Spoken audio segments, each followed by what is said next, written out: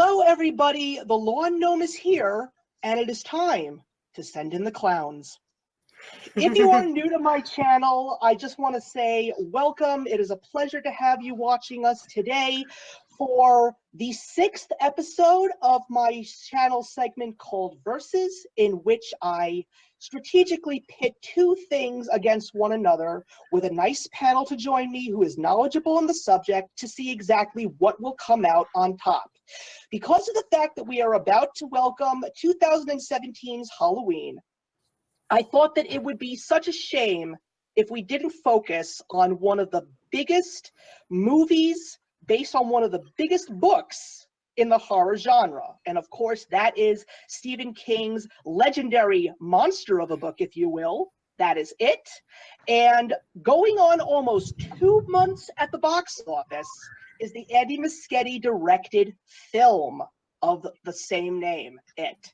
So I'm looking forward to doing this today. It's going to definitely be a fun battle, but before we get into the meat of this video, I also want to say that my panelists today couldn't have been two of the more perfect choices, because we've got a booktuber against a YouTube film critic. So we've got the experts finally going up against each other, full throttle, full force. So let's, of course, start off with the panelists introducing themselves. And of course, as always, we have to go with the original source material. So let's start with the defender of the book.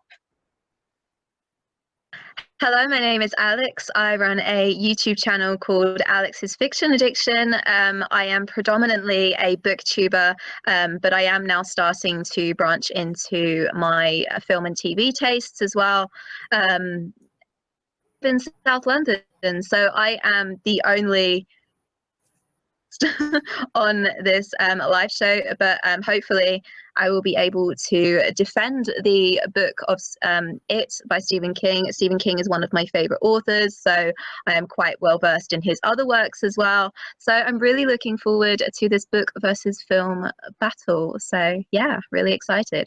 And just a little bit of a fun fact, thanks to Alex, who is someone who has been subscribed to me for a while now, and vice versa, we actually buddy read the book together.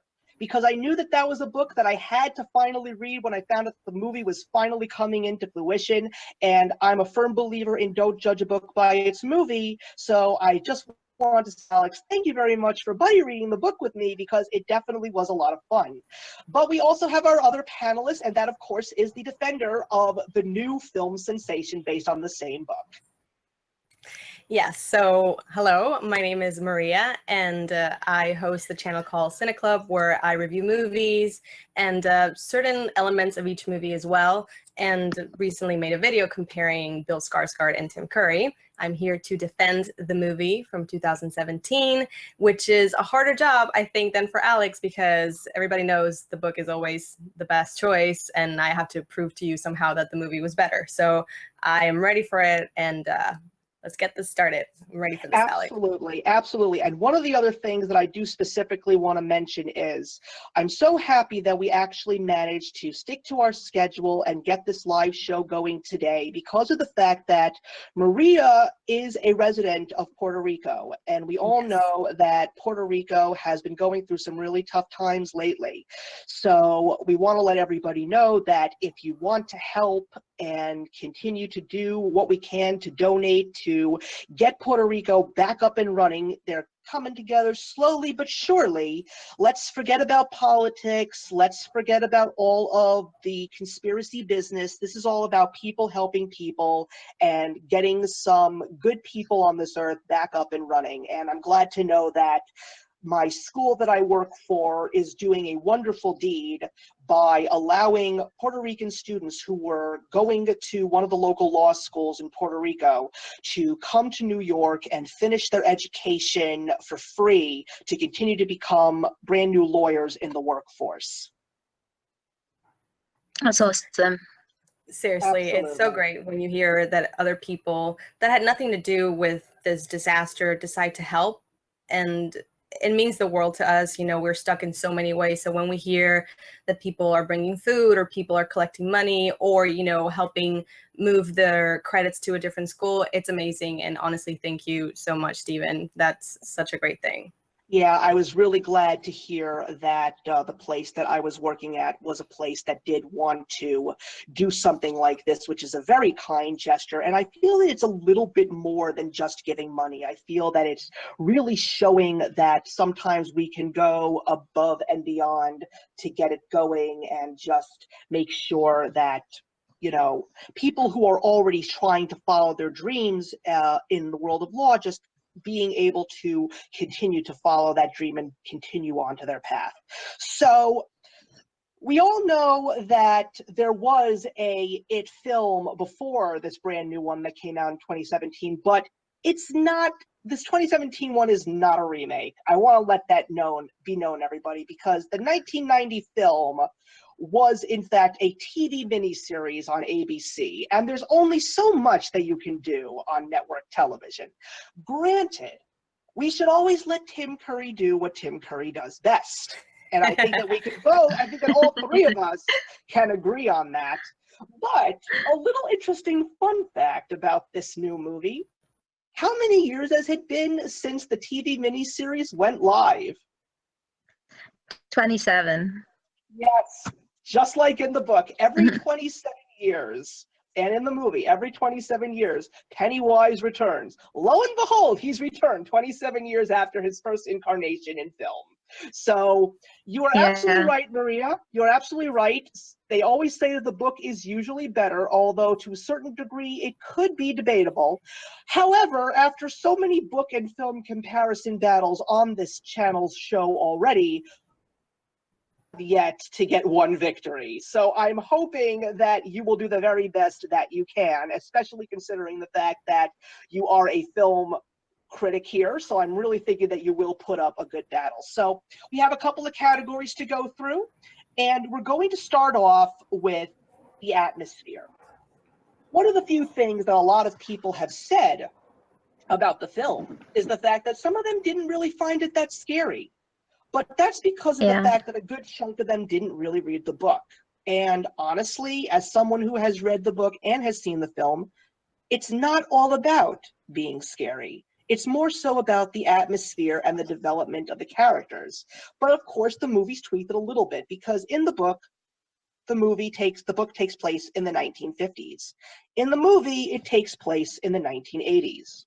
So the question that we're going to start with in terms of atmosphere is, with the jump in time, is that considered to be a positive or a negative effect in regards to the transition of book to film? Maria, I guess we'll start with you.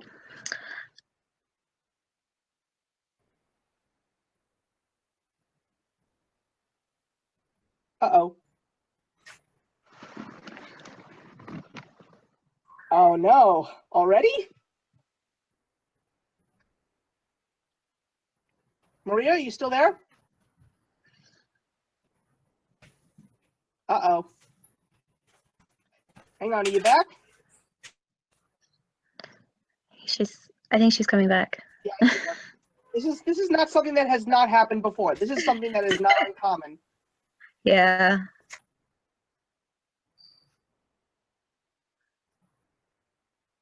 Hang on, I'm gonna reach out to her on Twitter.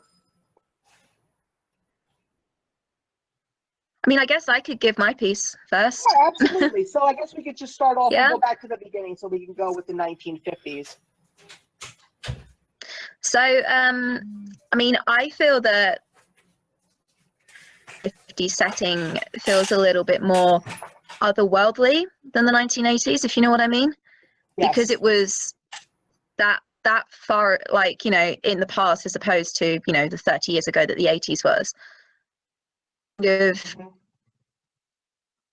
more sort of like oldie worldy, like almost sepia toned atmosphere really kind of lent it to the sort of traditional that I think that it is really about, because it's about basic fears.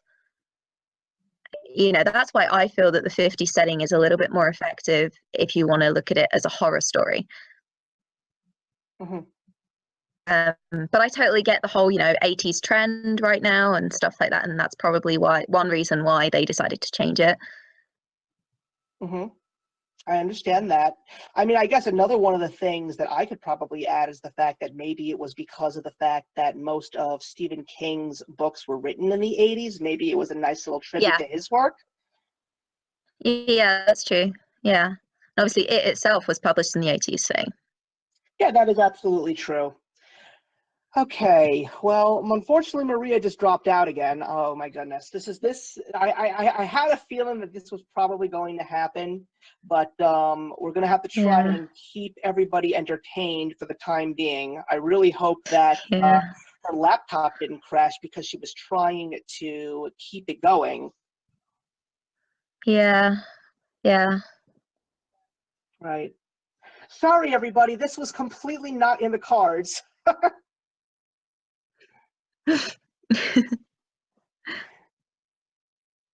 Hang on, I'm just trying to see if anybody is reaching out to me at the moment. Okay, hang on, she just cut back. It looks like she just joined. Yeah, she just joined. Maria, can you hear us?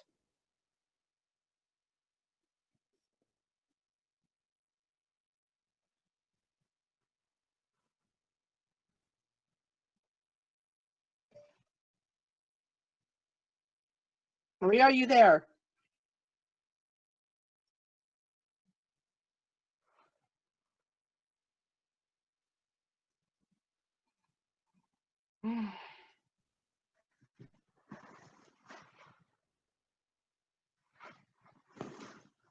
That's you, I'm probably guessing, in regards to the rustling. Yeah, I guess so, yeah. Okay, no, I just wanted to make sure because I'm hearing other sounds and I'm not sure where they're coming from. I can see her icon, but I can see her little face on my screen. I can see her too, but I'm trying to speak to her on Twitter to see if she can hear me.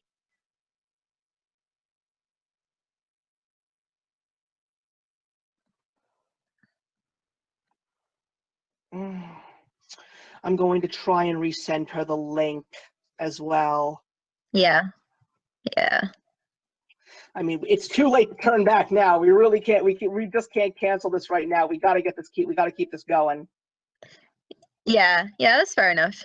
I know. I mean, we planned this so far for about a month and a half now. Yeah. It's only, I mean, the way that I looked at it to a certain degree was the fact that putting it into the 80s, not just with the Stephen King story behind it, I kind of feel that at the same time, it was another interesting way to put an additional spin on the story itself. I mean, one of the few things that a lot of people in this generation, I mean, the younger generations now, I mean, I'm an 80s child. I grew up in the 1980s, so I know about the pop culture references and I know about the technology and all of that stuff. Yeah.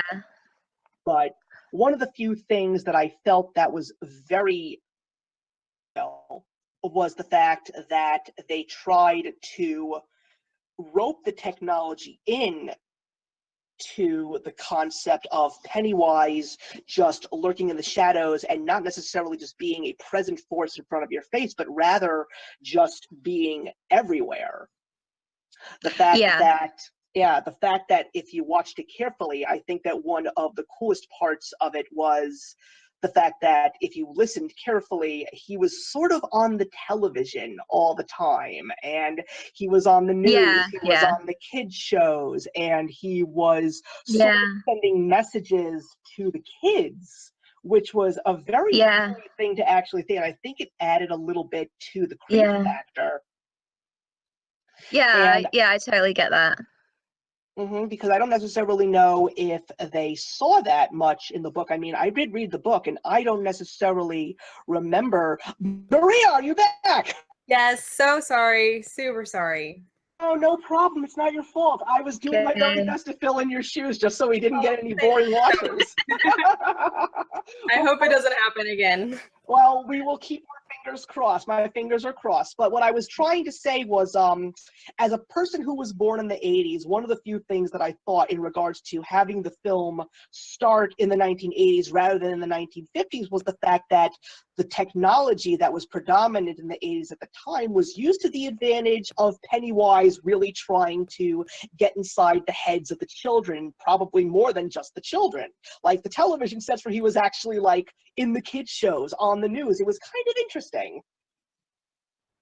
Yeah, I really do enjoy that switch that they made, because even though I found it interesting in the TV miniseries, I don't know, this whole kids adventure thing, I think we remember a lot of the 80s, that kind of movies, you know, the Goonies, and now we have Stranger Things happening, which is also very similar. So I think it's a way of anchoring us into something familiar, and also the references of the things the kids are doing. We remember maybe a little bit more the music, the movies that they kept showing in the theater where they kept walking by. So we could feel a little bit more like those kids because we remember those references in the pop culture maybe a little bit more.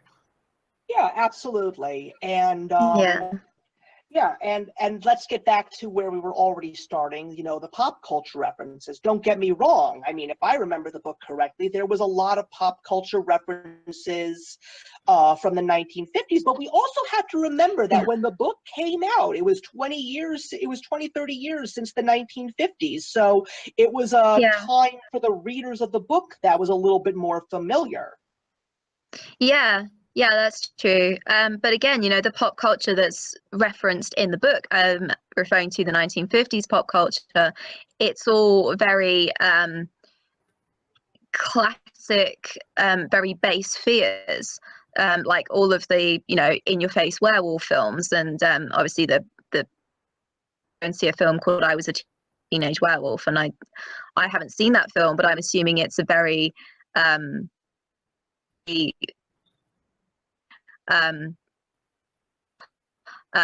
I think that's really what the fear in it is all about. It's about childish, basic fears, and the whole idea that kids are scared of very overt things, which is what I think the 50s horror was all about. And I think that's why the 50s kind of feels like, as I was saying before, just before Maria dropped out, I was saying that the 50s feels more like another world because it was so far away as opposed to the 80s.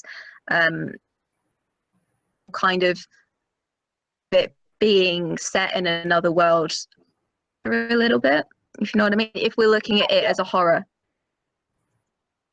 Yeah, I mean, I will agree with you. Yeah.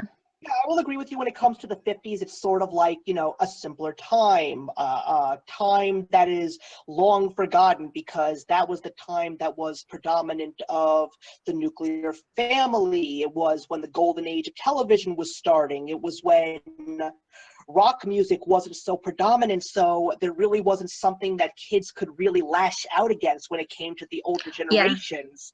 Yeah. We were in the middle of a real peaceful time before the Vietnam, it was between the World War II and the Vietnam War, so there was I mean, we did have the Korean War, but that really, because of the fact that it was sort of historically based on just trying to stop communism, I mean, granted the same was with war, but there seemed to be a much bigger, tighter sense of the bonds of family and the bonds after wartime, whereas in the 80s, that was when lots of people were really starting to branch out. I mean, we'll go back to television, you know, in the late 1980s, all the way into the 1990s, you had houses with 4 different televisions, and every person who was watching each television was watching something different.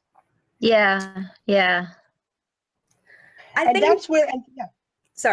that actually might work for the story a bit better because one of the elements of it, small towns are normally very similar no matter where you are. You know everybody, there's a sense of safety, and the kids can run around feeling safe. When you remove that and suddenly there's a curfew at 7 o'clock and kids feel that there's an actual danger to themselves, which you shouldn't feel at that age at any point, I think that's something that no matter what decade, it's going to work. But as you were saying, the fact that there's more TVs in different rooms and kids are off kind of doing their own thing, and the parents are not so involved, because we know in the 80s, the movies have shown us, parents are never around for some reason. So the kids are on their own.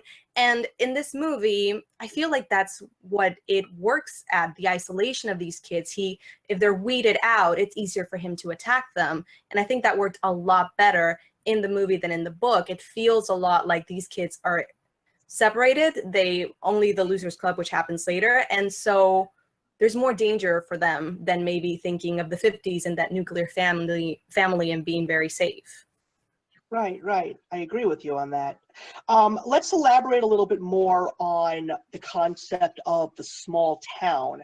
We seem to see that predominantly in horror-themed books and films. Why is it that the small town works so well? Let's start from Alex with the book perspective first. I think the small town it works on two levels, I think, because quite claustrophobic. Everybody is penned in one area. So obviously that can kind of feel quite scary. It's almost like, you know, the world outside doesn't really exist. So everything that happens in this small town is essentially the residents' whole life, and that's just exactly what they know. But on another level, knows everyone. So as Maria was saying, there is that element of safety. So the idea that something like terrifying or really bad could happen to the people in that town is something that they just wouldn't conceive of until it actually happens. So I think that's why the small town works closed in, which is kind of scary, and also because, you know, the idea that, you know, nothing unexpected could happen, because things like that don't in those sorts of places. Mm-hmm. Mm-hmm. Maria, is there anything you want to add in regards to that? She basically took everything I was going to say and said it there you go. in one way. I was going to say it can either be like your bubble as a kid, because your world is basically the town you live in, you know, so it can be a bubble, or like Alex was saying, claustrophobic, it could be a trap. So either you're very happy in it or you can't escape it. You can imagine actually getting out of it, you know? And I don't remember who said this, and I might be quoting it wrong, but somebody once said that if you tell the story of your town, you tell the story of the world. And I think when you tell the story of a small town, everybody can relate. And as an audience, and you can kind of relate to that feeling that you knew everybody, but there was also something maybe not so great about your town, that something maybe was happening. Like, I don't know, as you grow up, you realized the reality of it, I guess. Mm-hmm. Yeah, that's a very, I never actually heard that quote. I actually really like that. I'm going to use that at some point in time. I need to find out who said it, because I might even be misquoting it, but I remember the wisdom in it, and that's all that matters. Well, it definitely didn't sound like a misquote. I'll definitely throw that out. And just by the way, everybody, just in case you didn't realize this, there are going to be some spoilers in regards to the book and film, yes. And that means it's kind of impossible to have a show like this without those spoilers, because we kind of need something to talk about here. So just wanted to let everybody know that if you haven't read the book or if you haven't seen the film, first of all, I suggest you do the walk of shame and know that you're missing out on something really good. So let's go back to some of those pop culture references and the uses of technology. Considering the fact that it takes place in two separate time periods, do we feel that when it comes to the pop culture references, that also includes a lot more knowledge? I mean, I think one of the biggest things that I thought was kind of funny was the fact that it took place in the 80s. It gave Eddie a little bit more of a chance to be the type of person that he was and talk about all those health issues. But the question really is, does in the case of a story like It, let's also throw in some book references in regard to that, but we'll start with Maria, does that help or does that hurt the story in general? Do you mean that it was set in the 80s? The fact that it was set in the 80s with all of the additional knowledge that they had. I think it helps it. As you said, Eddie suddenly has this new wave of medicine information and diseases and stuff, which he's absolutely obsessed with. I also think it works a lot with Richie, you know, even though his voices or his characters are not as predominant as they are in the book, I think it helps him as well. This very comedy, kind of almost insulting humor that he had. Like I said, I personally enjoyed it more than the 50s. I'm also reading the book. And while I do get a few references from the pop culture, I think I'm missing a lot of them because it's not as close to what I remember, you know? And maybe it might hurt the movie a little bit, but I think if it brings the audience in, which is the real purpose, it's actually helping it. Mm-hmm. Alex, what do you think? I agree with the whole point that yes, it brings the audience in because it's something that they can recognize. But also in terms of the knowledge, you know, if they have a lot of knowledge, then they're be scared, like they would possibly like think through, you know, the possibilities that aren't quite as. I don't know what I'm trying to say, but you know what I mean? Like if they're more knowledgeable, then doesn't that make them more mature, possibly?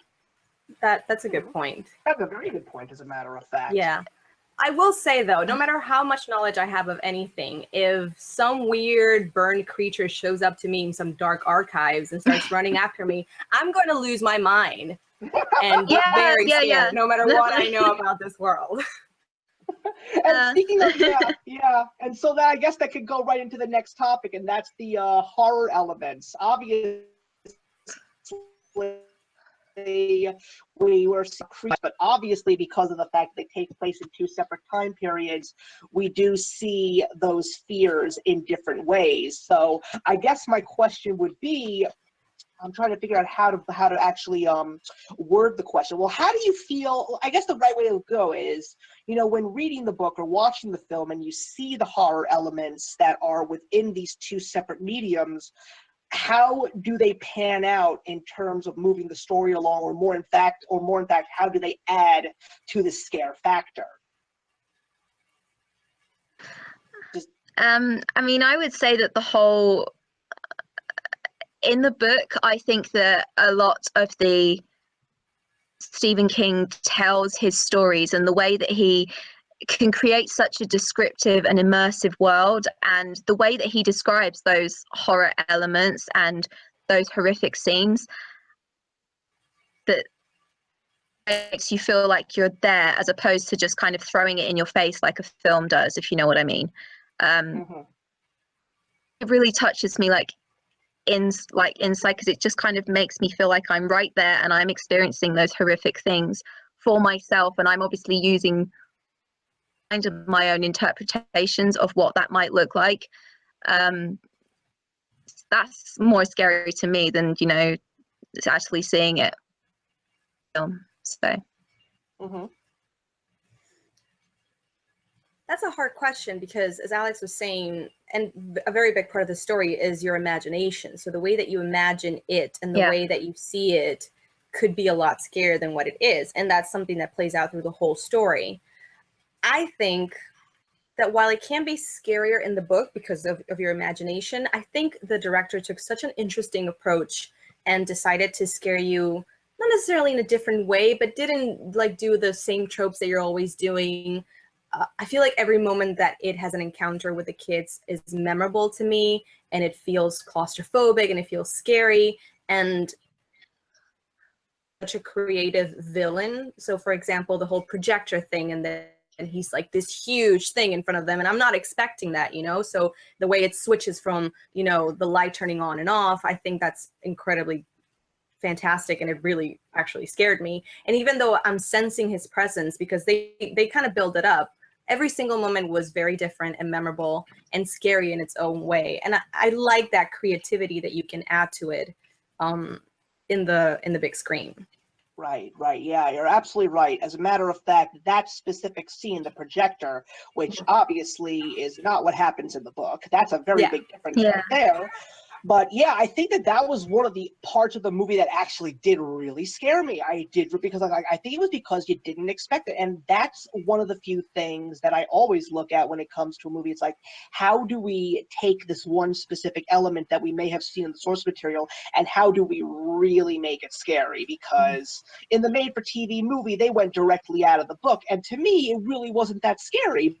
But it's something that nobody expected. And yeah, I think it was done in very good taste. But to close out the atmosphere question, because we're going into the last question, and that is one of the things that we mentioned earlier was the fact that when it comes to 80s movies, parents don't seem to be pretty much there at all. So in regards to the book, we do see some of the kids actually getting along with their parents, or sometimes they're not getting along with their parents. But one of the things that I would like to ask is, it seems to me sometimes that it's sort of a children versus adults theme. And the question that it is, could it possibly be the work of Pennywise? Because he sort of has infected this small town like a disease for the sake of his own benefit. So could it be that this is the case, that he's actually pitting maybe not necessarily the parents versus the kids, but maybe the kids against the kids? Yeah, that's a great point. I mean, I think that maybe it's the whole idea that obviously Pennywise kind of feeds on fear, right? And you know, maybe adult fears are certainly their sort of basic fears aren't quite as strong as obviously kids would have. It's all about kids' belief in the monsters that they see Pennywise take the form of. And I think it's, you know, the strength of that belief that makes him appear more strongly to the kids as opposed to the adults. But yeah, no, I definitely think that that's why, you know, he's more interested in kids and why the kids are more interested in him as opposed to the adults. I think it's definitely down to Pennywise, definitely. I don't know. Yeah, but don't you think? Oh, sorry. Go ahead. I'm sorry. No, go for it. What a thing that wouldn't be interesting was, but if he was in fact controlling the parents, why wouldn't he weaponize them?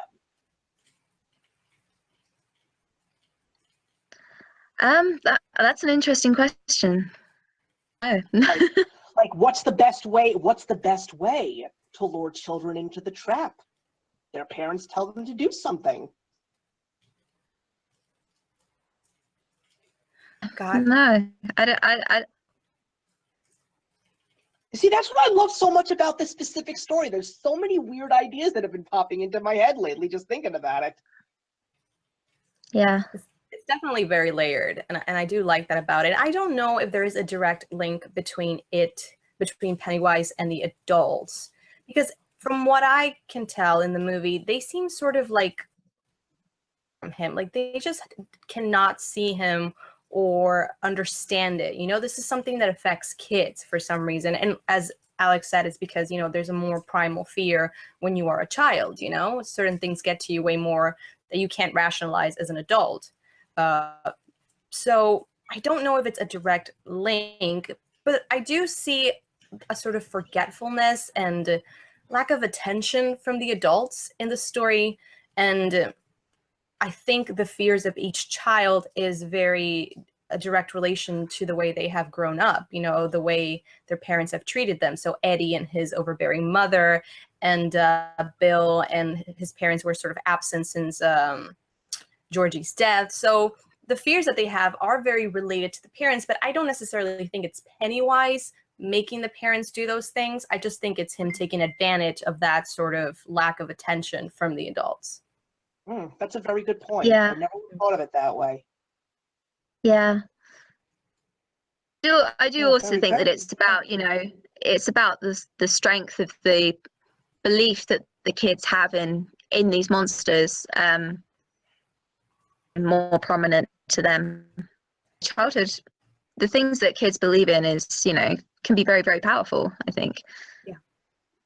Absolutely. Okay, well, that wraps up the first round, and It was close. I think that we all brought up some very good points. I was actually really happy that I was really impressed with the answer with the last one. It was sort of a little bit of a curveball, but I really wanted to hear your takes on it. But from what I could tell based on the math that I've been doing, the film wins in terms of atmosphere of a score of 3-2. And the reason why I feel that way is exactly why, because of the fact that we feel that the 50s has been such a long ways away. And we have a whole new generation of people finally getting exposed to this film because they obviously haven't picked up the book. Most of the people don't pick up the book first. But because of the fact there's a lot of people that are going to see this movie right now, they would feel a lot more relatable towards the 80s. Because I think one of my personal examples, because my job is to be a mediator, but in between rounds I can give in my 2 cents here. And I believe that when you see that Bill's bike is named Silver, nobody who has been born after 1990 has any idea what that reference is. That's the Lone Ranger. And I guarantee you that next to no one went to see that movie starring Johnny Depp because it was terrible. So, You know how I actually know that line, and it's a little bit embarrassing, from Bruce Almighty. oh, Jim Carrey says it. Yeah. there you Yeah. go. Yeah, isn't it weird where certain pop culture references actually show up these days, like they're reused in the most awkward of ways and nobody would know? Yep, pretty much. Yeah, anyway, okay, so one of the few things is I've been seeing a lot of great comments floating around in the comments. A lot of people are talking about classic horror films, which is great, I'm absolutely loving that. But one of the few things that we're going to do before we get into the second one is I'm going to have to give Alex a little bit of a curve here. And that's merely because of the fact that the film, is based on only a portion of this gigantic story.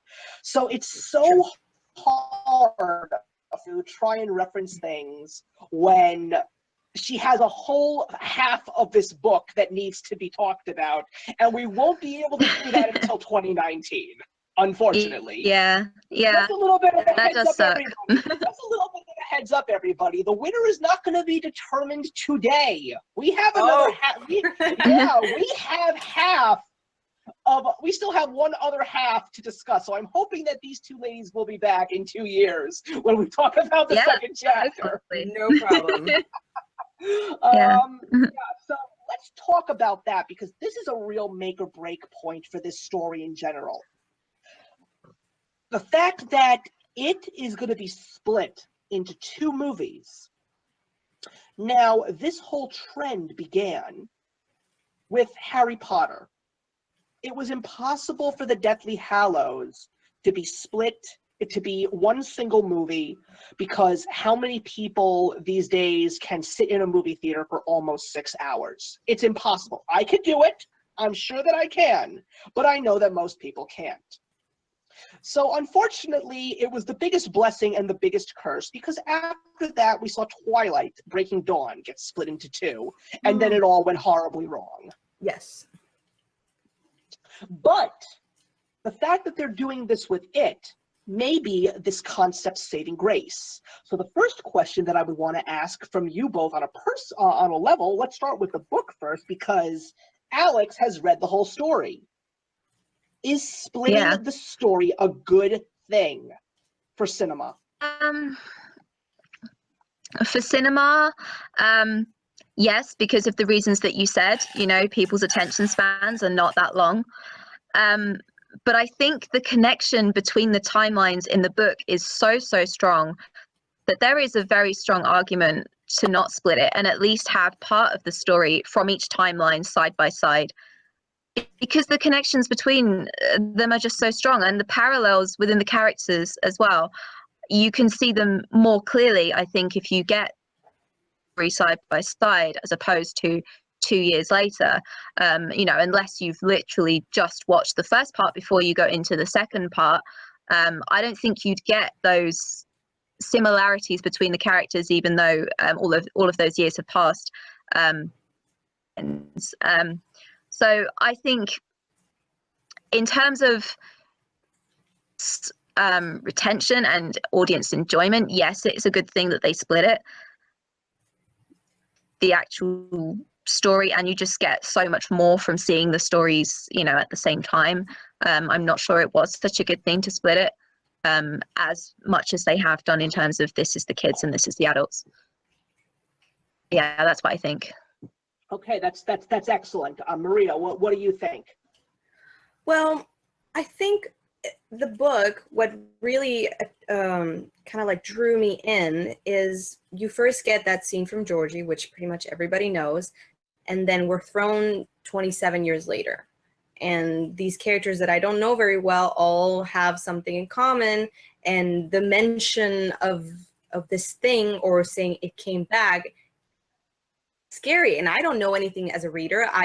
There's obviously a fear in them that they need to go back or they need to sort something out, but I don't know what's going on. So in that sense, I think it's really interesting that there's a present and then there are the flashbacks of when they're kids.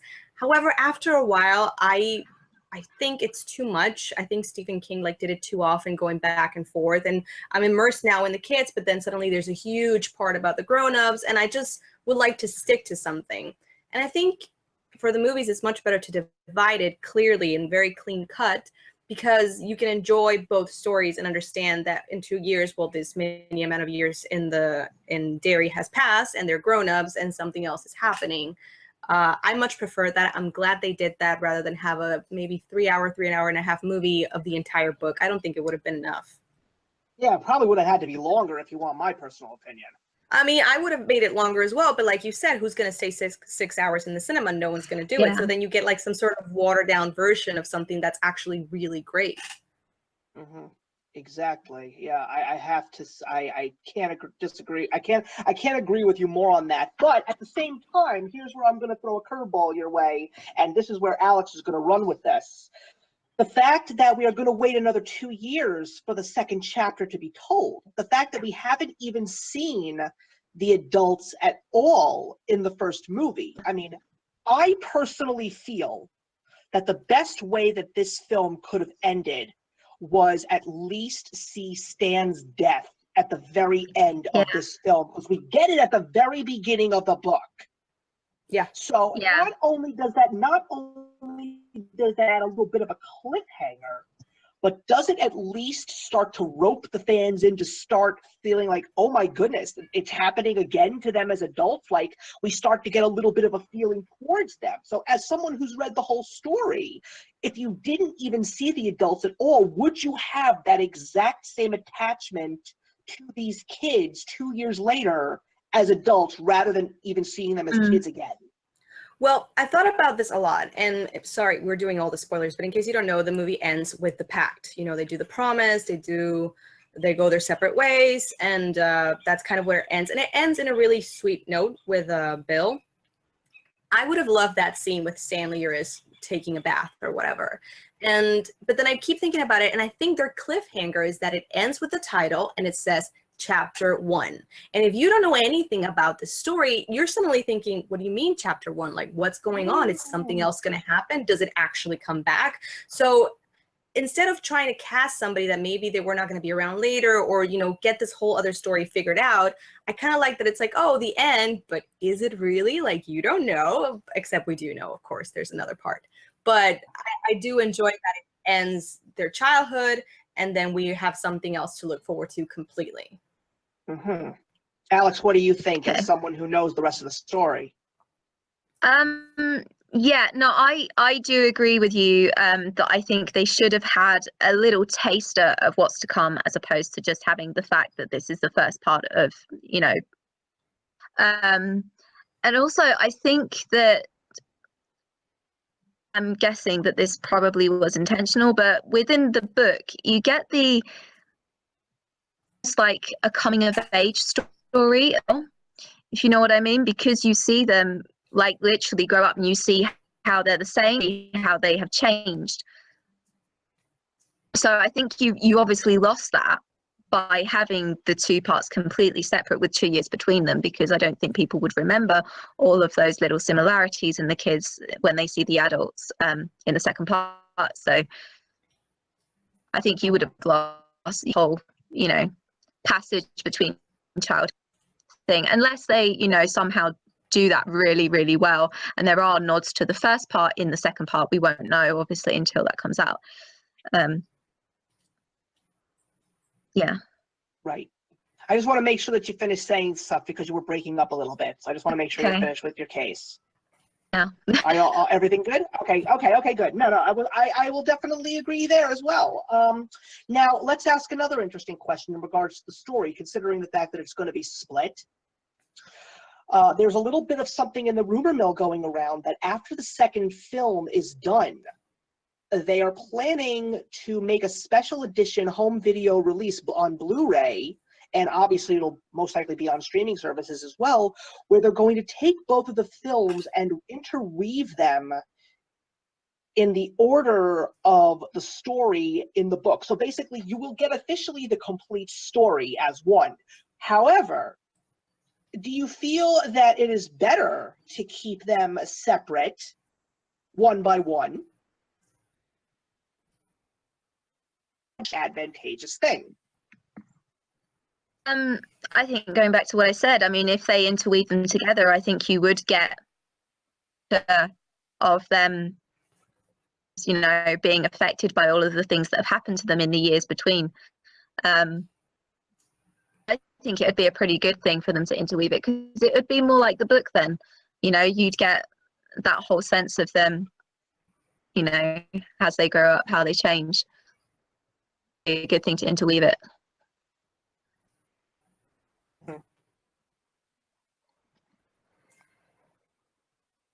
Maria, what do you think? I think it's nice to have the option. You know, I like the idea, as I said, of keeping them separate, but if you could also have a third kind of viewing of this story, that it's not the way it was in theaters, I think it would be a really cool idea. And I do think in the same line of what Alex was saying, I think the grown-up story is fueled by the memories of childhood. So maybe, and maybe I'm shooting myself in the foot, maybe the adult story is not as good on its own completely, you know? I think the fact that it's interweaved, sorry. Interwoven, I think that's how it goes. Okay, I speak Spanish. I'm very sorry if I'm messing this up. I'm not an English teacher, so I can't tell you if you're right or wrong. All right. So I think, yeah, mixing them together, it's a really good idea. But I also like the fact that it's your choice. You know, you could either watch the two separate or watch this whole thing together. I like that. Yeah, because do you think that it works? Do you think maybe the interweaving actually makes more sense to do it in the film? Or does the imagination factor in regards to the book make it feel a little bit better, or does it make it a little bit more confusing when you're constantly phasing in and out of time periods? I think it works better for the book to go back and forth, because there's this element of mystery of it, and you do get like little glimpses of stories that have nothing to do with the main characters of Pennywise, you know, in the book, which I like. You know, it gives you the sense of Derry and this menace instead of just the kids. But I think that's something that works a lot more in the book, because if he would just flat out make it in one go chronologically, it might not be as interesting. I don't know, maybe. But I think visually, and it sitting in a theater, having a part one and part two is a lot better. Right. Alex, what do you think? I just jump in when someone's done. There's no reason for me to constantly ask someone to just start talking. Yeah, no, I agree with Maria.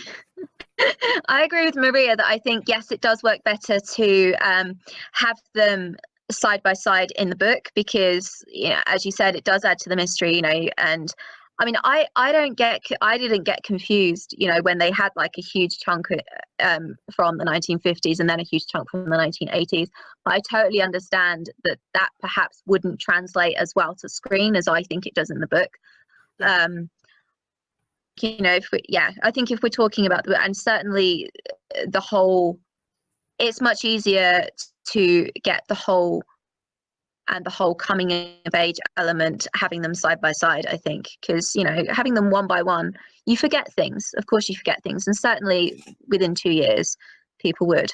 So yeah, I don't think necessarily it's confusing in the book. There's just parts where I'm really invested in one part of the story. So for example, right now I don't remember what's the last thing that's happened in the childhood, but everybody has seen Pennywise in some way. And so I'm really involved in this part of the story. And then all of a sudden I have to go to Bill going to some restaurant because he's going to meet Mike and everybody else. And I just don't want to read that right now. I want to keep reading the part of the kids. So in that sense, I feel like, oh man, like I don't enjoy this back and forth so much, but Yeah. I do understand that if we don't have those sort of flashbacks of the kids, then the adult story is not as good. It doesn't make that much sense. Mhm. Okay. Okay, so another question that I would ask is, one of the most crucial parts of the book is not included in the movie at all, and it's pretty much the one thing that basically creates the Losers Club, and it's the fact that they were working on building a dam. The dam is not even in the movie at all. So Yeah. the question Yeah. really is, with that completely not included, does that take away from the story? And with what was done to replace it, was it a wise decision to do? Maybe it was because of the fact that it took place in the 1980s, so kids aren't really interested in building dams at this point in time. They'd rather go hang out at the arcade like Richie did. Or would it have been an advantageous tool in the film to try and create and strengthen the bonds of the friendship between these kids? Yeah, I mean, I think what the dam does in the book is it's the start of really their friendship. It's a project that they all work on together, and having that kind of team building activity really makes you believe in their friendship and believes in the tightness of their bond. So, I mean, I get that obviously, yes, probably in the 1980s, kids would not have been building dams. But I think they probably could have done something more obviously relevant to the 80s, but they could have done something like that just to make you believe in, their friendship, I think. So, yeah. I'm very partial to the dam story. As I was reading it, I thought it was just charming and adorable, and having Ben come to his own and just know how to build it. Ben is my favorite character. So all that, I thought it was really great. The only thing I feel in that sense is that it was, and remind me if I'm wrong, it was Bill, Eddie, and Ben, I think. So not everybody's involved. And Richie kind of comes somewhere in the end, I think. And that was great. But I do like that in the movie, it's about Bill trying to understand what happened to Georgie. And that's something that's very important, the fact that he carries this pain and he wants to try and figure out what happened, and his friends are sort of helping, and then Ben shows up because he was hurt. I like, and I think it's an important thing about these characters, that they bond through the trauma that they've had in their lives, whether it's being bullied or losing a brother, or, being overwhelmed by all of the diseases that are in the world. They kind of bond through all of those things, and then Beverly becomes part of it. And I kind of like that flow of their story in the movie.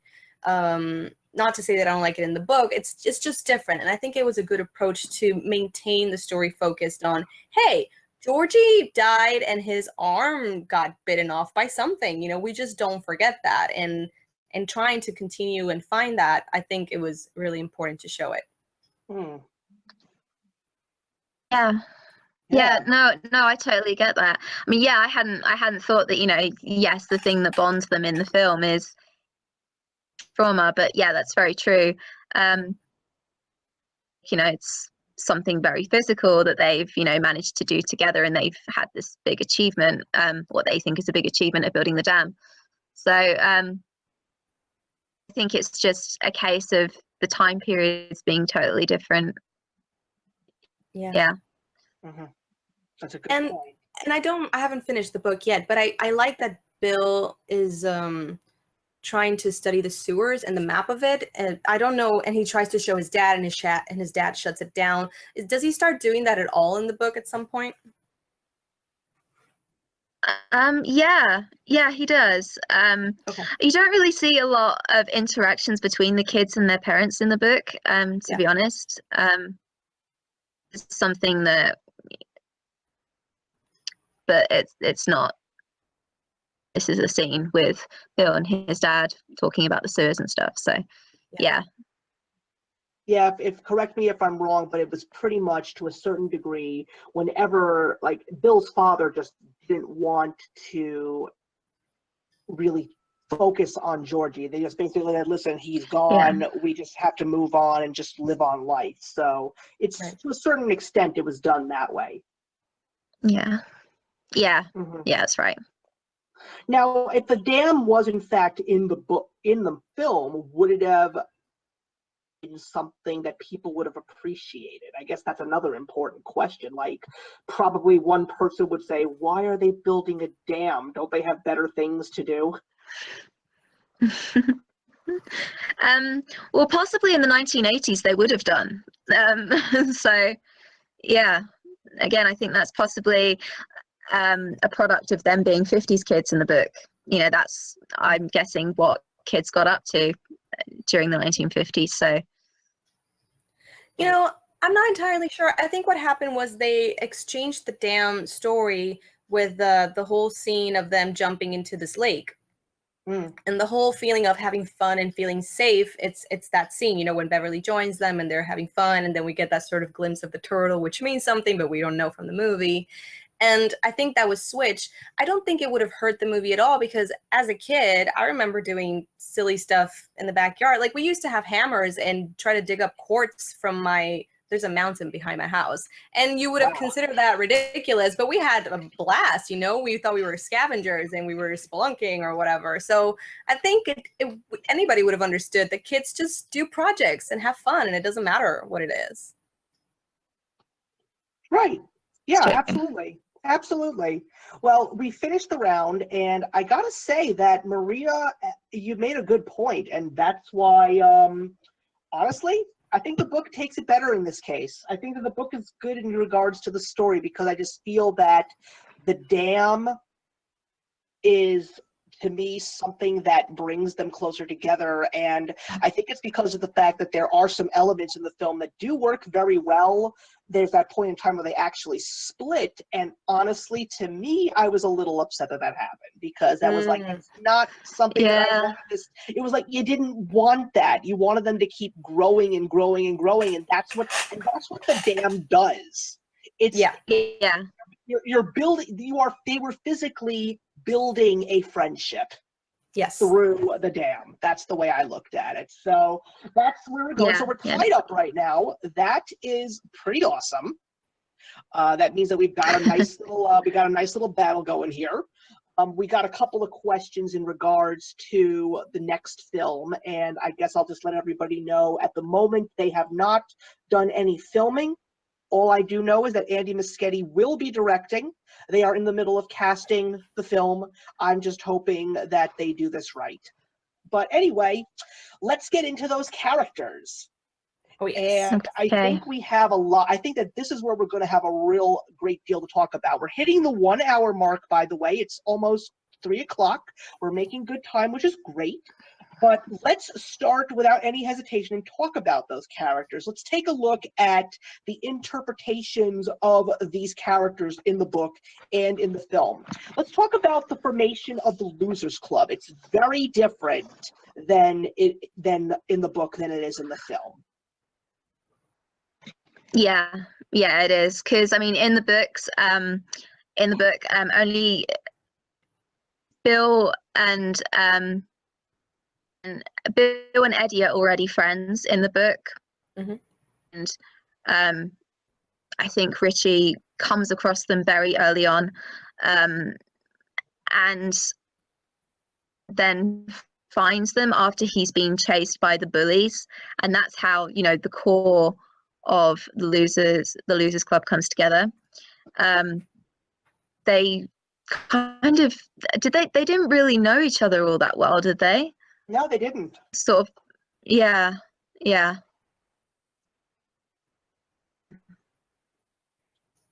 I mean, that's how, you know, they come together in the book.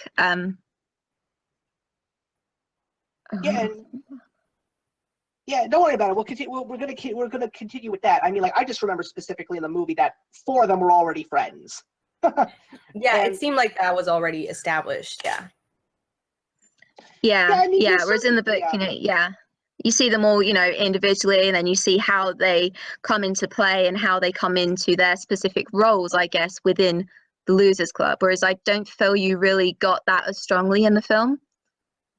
Okay.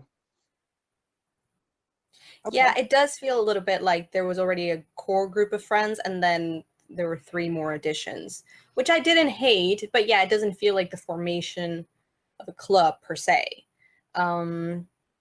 I don't know. I still like the way it was formed. Like, you needed certain people for it to feel complete. I like the way Beverly got involved. And this happens also in the book beforehand, that Beverly and Ben kind of knew each other. They had a bit of an interaction before they met in the Losers Club, and I like that they maintained that. Yeah. And I kind of like what each of them add as the movie goes along, so to speak. Okay, so now the leader of the Losers Club is Bill, and the questions in regards to him is his relationship with the Losers Club is definitely very different as in the film as it is in the book. And also, they seem to elaborate a little bit more in regards to his crush on Beverly. Now, I personally don't recall much of that crush predominant in the book as a child. I think I saw it a little more so when he was an adult. But we have to focus on the children at this point in time. So, Alex, in regards to Bill, how do you feel about his representation in the book? I mean, he's definitely the leader, and they all sort of look to him to see, you know, what they're going to do next and stuff like that. And yeah, his crush on Beverly is not as prominent in the 1950s timeline. It's quite obvious that they are all romantically interested in her, but it doesn't feel like. And I also think that might be because they are, well, I know in the book that they are supposed to be 11 years old, whereas I think in the film they're like 13-ish. I think that, you know, those 2 years are possibly quite different in terms of you feel about the opposite sex romantically. Very true. Yeah, exactly. But yeah, I mean, Bill is obviously the leader of the Losers Club in both the book and the film, and you can tell that all of the others do look up to him, and they do look to him to see, you know, what the best thing to do is, and they look to him for some kind of leadership. Very, very prominently in the kids' timeline in the book, and also in the adults as well. It's really, really interesting how they do, you know, slot back into their roles. But I know I'm not supposed to talk about the adult storyline, so I'm trying not to talk about that. So I know it's tough. It's very tough. You know so much. You know so much right now that we really can't disclose, but we will. We will eventually. Yeah. I think I have. I'm doomed to fail in this category because, I mean, the book is always going to do the characters better. There's so much more insight. There's so much more story. You can read what they're thinking. So it's hard to compare that. I think they did an excellent job showing that Bill was their leader. But again, it's the whole feeling that it's already established. Bill is the one leading them to the sewers. Bill is the one with the adventures and trying to find his brother or what happened to his brother. So it's really hard to have that same feeling of everybody just accepts that he's the leader because of something just good in him. You know, you don't kind of get that in the movie. I just realized I'm not defending the movie right now at all, so I'm really sorry about that. It happens. But in terms of the actor and the way it was performed, I really did enjoy it because there is an innocence about him and a positivity and something hopeful that maybe the other kids don't have. And you need that in a leader. You need it that when things are tough, he's willing to, you know, go forward and go into the scary house or go try find what's going on when everybody maybe might not feel as courageous. And I think that actor did a great job as Bill. Let me ask another question, because one of the few things that we could possibly interpret here, the relationship that he sort of wants to have with Beverly that just seemed more prominent in the movie. Do you think that it's possibly because of the fact that he's not necessarily looking for love, but rather he's looking for companionship because he lost his brother? That didn't occur to me at all. I think it's very common for kids to have crushes, and more common when suddenly there's the one girl in your group, you know, like, oh my God, there's a girl. And I think that's very common, and it didn't occur to me. Because in terms of companionship, I think he probably got that more with his friends, you know? I think he had a solid group of friends that he would have felt could help him through any of that. I think it was just a legitimate crush, but I felt it more from her than from him. I felt like he was more just nervous around a girl, and she was more interested in him. Yeah. What did you think about, let's take a look at both sides. Even though it's very, very brief, it still speaks volumes, his relationship with Georgie. Oh, Yeah. It's very difficult to talk about because obviously that's a lot of his drive, yeah. you know, defeat the monster that's terrorizing them. So the love for his brother is just so strong, and that's what is in the forefront of his mind the whole time. The book, and I think you get it in the film too. So Yeah, I don't know how specific, I mean, I'm sure very specific they get in the book, but I haven't gone far enough as in the movie. I feel like he's more driven by guilt, and that's sort of where Pennywise gets him, you know, sort of, even when they get separated in the sewers and everything, it's because he's so blindly trying to figure out what happened with Georgie and how responsible he is or not. And I do like that. I get the motivation behind it. I get the pain that it's not just that my brother died, but maybe if I hadn't made this boat and maybe if I hadn't sent him off, he wouldn't have died, you know? And I like the way they did that in the movie. It makes more sense. And it makes more sense that that would be his weakness if Pennywise were to ever get him. yeah, I think in the book, I mean, you can definitely sense that he does have a sense of guilt. But I do think that in the book, he's a little bit more driven by revenge. Okay. Got it. That's what I get. But you can definitely tell that he feels bad and he believes that it's at least partly his fault that Georgie's dead. Okay, so let's move on to Beverly. I think one of the interesting things that was one of the few things that I think we all were curious to see in the movie, at least, was her relationship with her father. I'm really glad they did that well enough without being crazy explicit. Like, you know what's going on, right? It didn't just fly by anybody. We all know. Yeah. I mean, again, there wasn't really any sort of explicit scenes of sexual abuse in the book, but it's all implied, and you know exactly what's gone on between her and her father. I don't know if this is going back to the fact that they changed the time period of the film, the way that kids, specifically girls, were brought up as opposed to the 1980s. You know, you can kind of sense, you know, differences. And with regards to the relationship between her and her father, it's all implied, and you can tell that he is what terrifies her. Yeah, you can definitely see it. Yeah, I mean, one of the few things that I am always curious about is when you see something like this, because, listen, unfortunately, we live in a world filled with trigger warnings and problematic issues, and we're not going to go any further than that in regards to this topic, but, you know, it's always important to get the message across with very good taste. I mean, I remember when I read The Girl with the Dragon Tattoo, and I read that rape scene, and I was like, is this going to be in the movie? And lo and behold, there it is. Holy cow, for all the world to see. So my question really was going to be, were they going to keep it, you know, as if you may not see it, but you know it's happening? Like, were we going to see that in this movie as well? And you're absolutely right. They did it, I think, in the best way that they possibly could. Yeah. And it's not just so much what these two people say to each other, because the minute he says, "Are you still my little girl?" we know what's happening. There's just something so uncomfortable about where Beverly lives. And it's not the fact that she's poor. It's just, it feels like it's taking like the breath out of you. It just feels suffocating. And she comes home and she doesn't want to make any noise, you know, and she goes to her room. It's all very like, you don't want to be there at all. And I like that it's expressed not only through their conversations, but the way she reacts to her surroundings.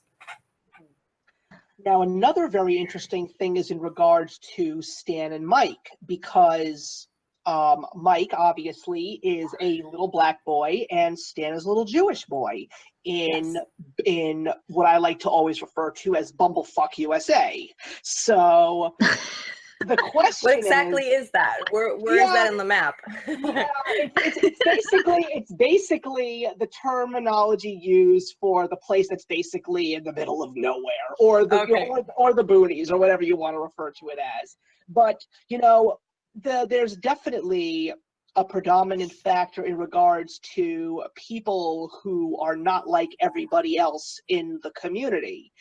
Now, for me, it's interesting to see it take place in a setting in the 1980s where people are a little bit more aware of the fact that not everybody is white or Christian. So I'm just curious if you feel that it was the book where it made, or do you feel like, well, obviously talk about it in the book, but does it feel out of place in the movie, specifically in the time period? In the movie, you know, I don't get in the movie that Stan is so much marginalized because he's a Jew, you know? I hear there's some few comments between the friends, but I don't get it so much from other people or the bullies. And with Mike, I get where they were going, but whenever he faced the bully and the bully said, like, there's no place for you in this town or whatever, it wasn't very clear why, you know? And as far as I know in the book, it's very clear. And because of the time period, I think the important thing, and it is shown in the movie, is that each kid has a reason why they are isolated or marginalized, whether it's their culture or the color of their skin or their stutter or the fact that they're called, you know, a slut in school. They're all reasons why they don't feel safe or comfortable around other kids. And I think that works, you know, it works in bringing them together. But in terms of Mike, and not necessarily this aspect that he was Black and maybe they didn't accept him like they did in the book in the 50s, I just feel like they maybe left him too much for the end, and that's something that I don't agree with in the movie. There was a moment where I was like, oh yeah, Mike's not here yet, you know, and so much had already happened and Mike was not part of the group still. Yeah. Yeah. I mean, obviously, because of the time period, the whole fact that Stan is a Jew and the whole fact that Mike is Black Alex, is the reason. You're breaking up a little bit. We couldn't hear you. You might have to start that over. I was just saying that in the book, the whole fact that Stan is a Jew and the whole fact that Mike is Black are the reasons why they are a part of, because, and that's to do with people's attitudes towards people who weren't white or people who weren't necessarily Christian. And I think, you know, the book is very much of its time and that's very authentic to people's attitudes of that time period. So you can definitely tell that that's why they feel different in their small town in Maine. Mm-hmm. Yeah, I mean, it's much more of an issue in the book. Mm-hmm. Yeah. I mean, I still feel that, like, because of the fact that even though it is in the 1980s, it's still in a very secluded area of Maine, because, you know, like, when you think of where there's a lot more diversity, it's usually closer to the big cities of the country, like in New York, Los Angeles, Houston, Texas, Detroit, Michigan. Yeah. So I guess it's, to a certain extent, it still kind of works, but yeah, I don't know. I would probably agree with thinking it's just a little bit dated. Not necessarily, but to a certain degree, yes. Now, what about Ben's character? The fact that he took on more of Mike's traits. The question is, does that add in a positive way to the story and to Ben's character, or does it take away a lot from Mike's character? Well, I already said it. Ben is my favorite character in the book and in the movie. I think he's just adorable in the movie, and he's dorky, but there's like a sense of like confidence in him that I really enjoy when he finds his friends. And the fact that he has this knowledge, or that he's bringing the knowledge, because supposedly he's new in town in the movie, and that's why he's researching all this stuff. Makes a little more sense than someone who has lived there their entire lives and suddenly is researching stuff. That might have been a bit weird. So I do like that they give that to Ben. Because the reason I'm not worried about Mike, and maybe that's because I know the stories, because I know Mike plays a big role in the grown-up part. And even when he does become part of the Losers Club in the movie, he had a few very interesting scenes, you know, with the bullies, and he became like a really important part of it. Maybe not as important as he was in the book. I don't know. I haven't gotten that far. I think, you know, the fact that in the book is the one that knows how to build things, you know, he you know, that's his kind of to the Losers Club, I guess. You know, it's his idea to do the dam, which is obviously completely absent from the film. You know, he's the one that's all about physical things, but building their friendships. And I did miss a little bit of that, I think, from the film. You know, what you're saying, yes, they, you know, he was new to this town, and yes, that's why he was researching it and all of that. He's not new to the town, so yeah, I guess that's just, you know, something that they decided to change for whatever reason. I'm not sure why they decided to change it, but what about the little extra something that was thrown in the film, the love letter? yeah, it was really cute, wasn't it? Well, that's also in the book, isn't it? He gives her a postcard with a poem. He wrote her a little poem, yeah, and she doesn't know who wrote it, but she kind of does know, and that's really cute. Yeah, I love the whole thing. Sorry, go ahead. It just adds to his adorable factor. He's just so adorable, and I love the whole crush with Beverly, and that there's no competition because they're not competing, but there's a little bit of like, we both like Beverly, and I love when Bill is stuttering trying to say that her hair is pretty, and Ben is like, your hair looks really pretty, Beverly. He's like, yeah, man, I did it. I love that. Yeah, it's like he beat the leader. That's his little victory. Yeah. Okay, let's talk about my favorite character. Let's talk about Eddie. Oh, yes. I gotta tell you, Jack Dylan Grazer is now, forget about Finn Wolfhard continuing with Stranger Things. Jack Dylan Grazer, who played Eddie, is now on CBS in a sitcom called Me, Myself, and I. What a personality this kid has. I personally loved Eddie in the movie, more so than I did. I did love him in the book, because I've always reminded, because I'll tell you why. It's because it reminds me a little bit of my mother being a very big worrying about her kids, and always saying like, oh, don't do that because you're going to get, like, don't touch that because you're going to get an infection or something like that. Like, she was always worrying about the kids, and I always felt that it added a little bit of a weakness to me because of the fact that I was constantly being, you know, watched over by my mother. But to a certain extent, you know, it's, I think, you know, because they changed Eddie's mother's character quite a lot in the film, didn't they? Yeah, I think I didn't really imagine her like that. I always imagined her exactly as you described. You know, she was very busy. She was very on the ball with what Eddie was doing, where he was all the time. Else like that in the film, I don't feel so. Do you feel that because of the fact that they changed it, was that a good thing or necessarily a bad thing? Her sense of character is just a lot stronger in the book. I really do, because she wasn't really shown that much in the film. I mean, she was shown more than a lot of the other parents, but I would have liked to have seen more of her, I think. Maria, what do you think? I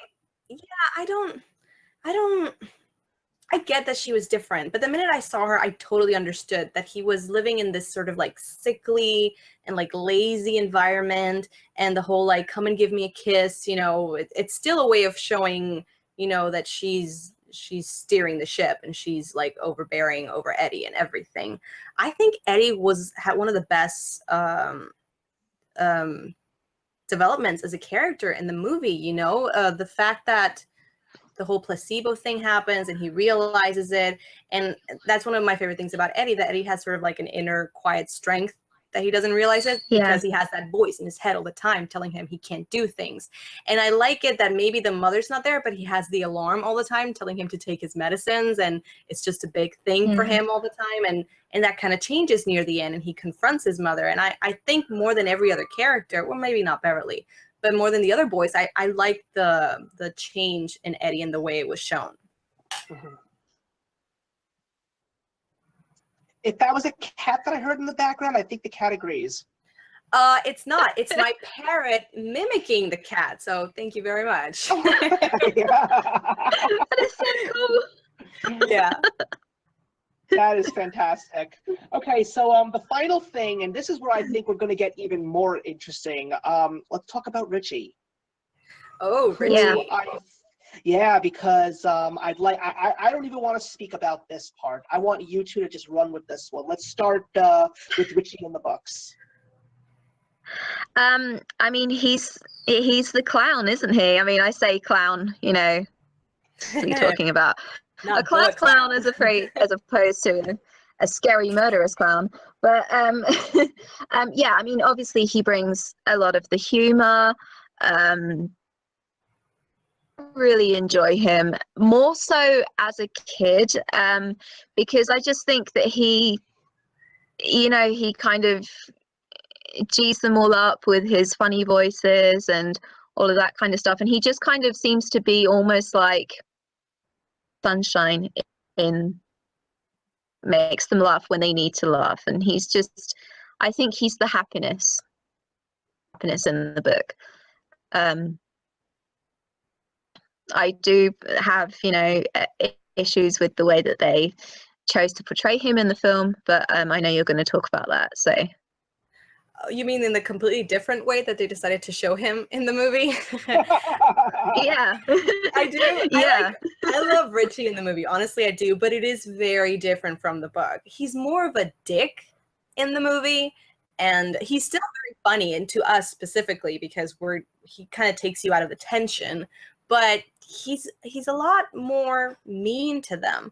But I think that kind of works in the story because you do need a bit of a confrontation between friends, which is also very classic, you know, some of the best friends fighting and having to make up and whatever. And I like that he's sort of the voice of reason. It's like, why would we go after a clown? This is ridiculous. We don't want to die. I don't want to die, so let's not do this. So there is a moment in the movie where you need a bit of a break, where they kind of break up and you have to reunite them. And I think that works storytelling in a movie more than in a book. So I like the jokes. I think he's there more for us as an audience than maybe as humor for the kids. But I really do like it. I like that he doesn't nail the voices either, which he doesn't as a kid. Like, they mentioned that a lot. It's like, oh, the voice of the cowboy is more like, you know, Eddie trying to be a cowboy, but it doesn't work or something like that. So I do like that they don't make him great at that yet.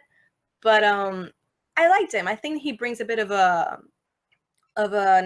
confrontation that needs to happen between friends, because friends fight and friends punch each other. I mean, not always, but sometimes it happens, and then you don't want to talk to each other again, and then you make up.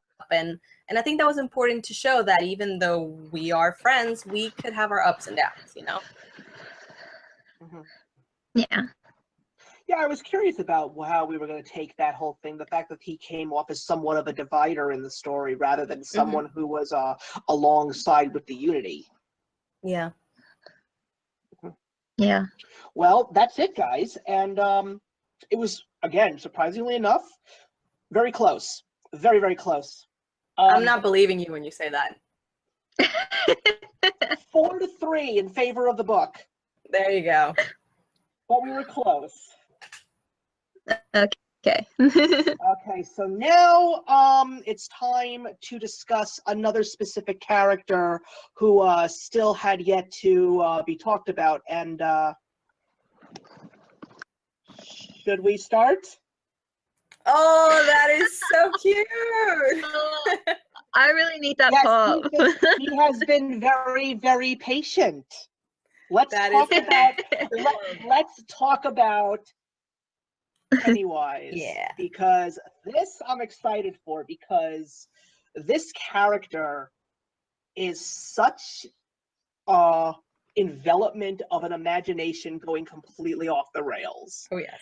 And I was very curious to see how they were going to do this in this new movie, especially since it was going to be rated R. So let's first take a look at the overall description of this character. Let's start with the book. Okay, well, it's obviously described as wearing a silver suit with large orange buttons, and he has orange hair and feels really serious. And he's not there all of the time, but he kind of is there all of the time in the book. He's like this constant overwhelming sense of doom, and I feel that he is literally just, and everybody that is in, just, he's not like a kind of, he's always there, but he's not always overtly there, and that's why that he is a in the book, because he's not always there. Yeah, that's how I feel about being his presence in the book. Okay, so let's talk about him actually being physically seen in the movie based on the descriptions that we had seen in the book. I mean, I really loved it. I thought it was excellent. I could go on and on about how they designed this character. I think there is an anticipation, if you have read the book, to see him. I think they really delivered. I love the entire wardrobe because it feels, instead of like a murdering clown, which could be like a guy dressed as a clown, Pennywise feels like an entity, like this thing stuck in time in this town, because his outfit is like old and looks like kind of Victorian, and he has that collar and all the stuff. So I feel like he is this presence, this thing that is stuck in this town, and not just a guy dressed as a clown trying to murder children. Mm-hmm. Yeah, I mean that's what he is. He's not really like a physical entity. He's not someone dressed as a clown, as you said. He is part of the town, and he has been for years and years. Yeah. Right. What did you think of the special effects, particularly the eyes, based on how they described them in the book? I love the eyes. I thought that was great because they change colors. I don't know if they change colors in the book. I think they kind of shine or glow in the dark. I don't know if they're silver or something, but in the movie he has them yellow. Sometimes they're red. Sometimes they're silver. And I'm not entirely sure the meaning of the different colors, but I love it. It's terrifying. And Bill Skarsgård, the way he stares at people, and he does this thing with his eye, which is kind of like to the side sometimes. It's not always like looking at you. It just made him even like creepier and crazier looking. Yeah, I mean, like, do you feel that when it comes to the imagination, do you think that when you actually see him, do you feel a little bit more? I'm actually gearing this one towards Alex. I really want her honest thoughts. There's one thing about letting your imagination run wild, but when you physically see it, like, does it increase your sense of fear, or does it make you not so scared because now you actually see him and see exactly what he looks like? Yeah, I would say that, I'm not so scared of him in the film, especially as, he was kind of like funny in some scenes. Yeah. And like there were no points at all in the book where I laughed at Pennywise, but there were several scenes in the film where I did. And again, I think that takes away some of the horror element of Pennywise. But I do totally agree that he's definitely all the time, and the fact that he this vendetta against like that, you definitely get that sense in both the book and the film, but him in the film, definitely. I mean, the one thing that was pretty much missing from him was the big white dirty van with the word candy spelled with a K and the backwards N on it. That was the one thing that was missing from him. But no, I personally I gotta tell you the truth. I got a little bit of goosebumps when I actually saw him in the film. I think that when he introduced himself to Georgie and when he says, I'm Pennywise, the dancing clown, like he shook a little bit. And like his pupils like vanished for a quick second. Yeah. I was like, whoa, that's terrible. I was like, that was terrifying. That was terrifying. Okay, but now let's talk about Bill Skarsgård, who was chosen to play him, because originally he was going to be played by Will Poulter. And, I did not know that. Yeah, he was originally going to be Will Poulter, and Will Poulter this summer was in a movie called Detroit, and he was terrifying in that movie. Oh my goodness. I hope that he gets nominated for an Oscar because he played this horrible, dirty, racist cop. He was terrifying. I swear to God, if you put him in the Pennywise clown makeup, he would have slayed it. I really do. However, we had seen Pennywise done by Tim Curry, but now we get this brand new actor work of Bill Skarsgård. What were your overall thoughts of him, and did he truly bring Pennywise to life? And if he was lacking in something, what was it? Do you want to go, Alex? I would like that's also geared towards Alex in regards to something that was lacking. I think he was a great choice to play him, definitely. So that he kind of added that comedic slant to Pennywise that I just didn't get in the book. I mean, this is me obviously looking at it as a purely fueled horror story. Was scary, of course he was, but I feel that he was more sort of quirky scary as opposed to like overtly terrifying. It was a great choice, definitely, in terms of Pennywise. There is definitely a lot more humor in this movie in general. Even in the scary parts, there was more humor. I particularly love the scene where he takes Eddie's broken arm and pretends he's gonna bite it, and he's kind of making fun of Eddie being scared. But I think it's just Pennywise playing with his food, so to speak. You know, like I can tell he really enjoys hunting down these children and killing them, and he will enjoy it to the very end. I really did enjoy that.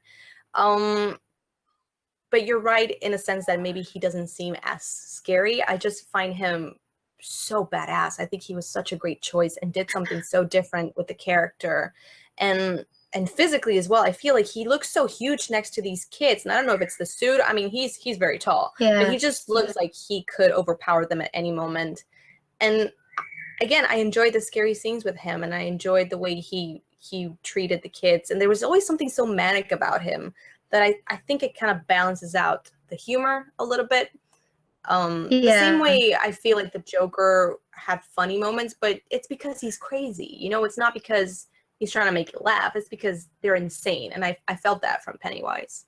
And to a certain extent, people always will smile when, and because of the fact that you mentioned the Joker, he's one of those kinds of characters that you know you are terrified of this guy, but you love how deliciously evil he is. Yeah. Also, Bill Skarsgård, from what I've kind of gathered on the internet, he's given Pennywise certain sex appeal now as well. Oh Lord! Obviously, my he didn't. God. He didn't obviously have that from the original TV miniseries, and he certainly did not have that from the book.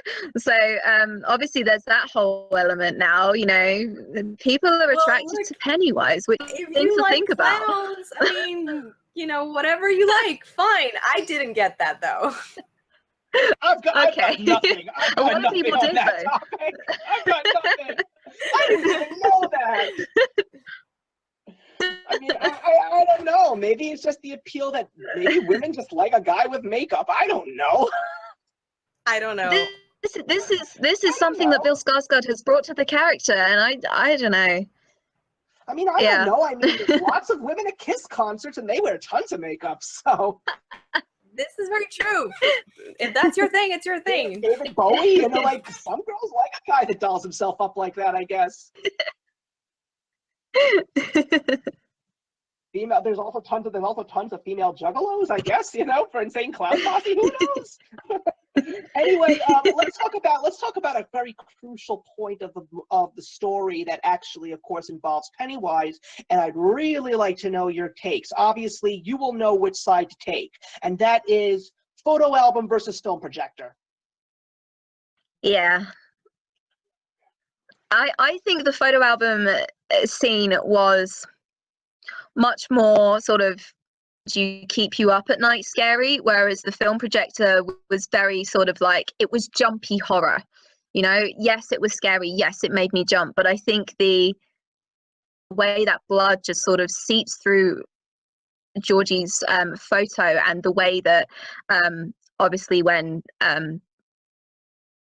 he reaches into the photo and he gets his fingers all sliced up, I mean, that is truly horrifying to me, whereas opposed to, you know, him jumping out of the projector is just kind of like jump scare, which works, I guess, at the time. But I think the photo album definitely, it gives it that sort of otherworldly, almost sort of sepia toned classic horror touch to it, and the sort of horror that I will definitely keep thinking about again and again, and it will definitely keep me up at night. So that's why I think the photo album works better as a place. Hold on, I think Maria may have actually gotten signed out again. When did that happen? I don't know, but I just saw her go out. Like, yeah, she just dropped out. Okay. So we'll see if we can get her back. Well, I'm hoping that we'll get her back, but it's not a problem. We lasted this long. That is great. I mean, I know for a solid fact that the photo album is such a crucial part of the story, and to a certain degree, I was a little upset that it was missing. I do agree with you there, but I guess it's also because of the time period, you know. It's like a film projector is something that is just something that I guess for the time makes more sense. And yes, you're absolutely right. It's like like Goosebumps hair standing up on the back of your neck scary as opposed to genuine jump scare. That's something that could be something to debate about. But I personally feel that it was a very interesting modern take on it. I mean, I thought that it was still done very, very well because, like, at the same time, it's like, you know, do kids really bother looking at photo albums anymore? I mean, also to a certain extent, you know, one of the things about the photo album is that it does focus a lot more on Bill's story with Georgie.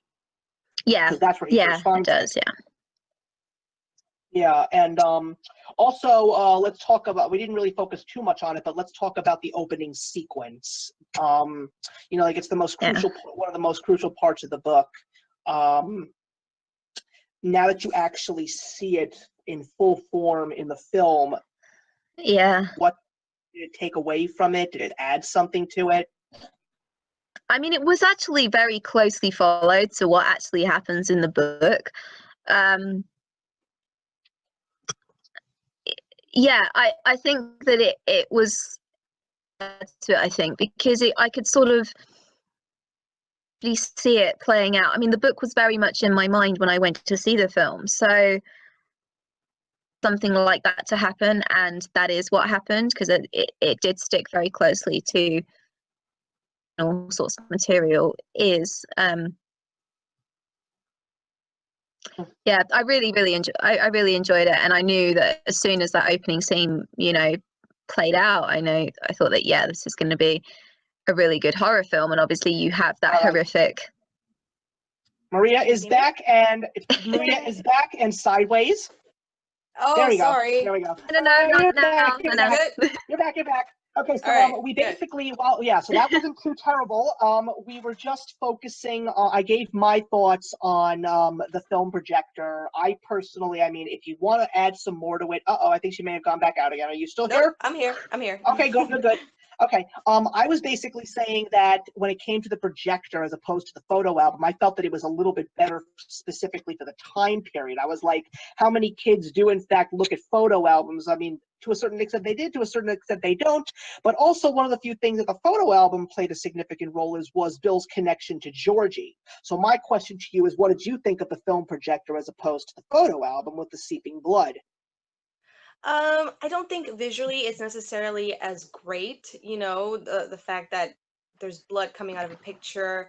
I think they did take elements from that whole scene and made it part of the movie. So for example, when he sees Georgie in the basement and Georgie kind of starts decaying and becomes this like creepy Oh looking yeah, thing, that happens in the yeah. picture as well. So I think that visually was way more interesting. And then Pennywise doing that weird thing he did with his head running after Bill, that creeped me out so much.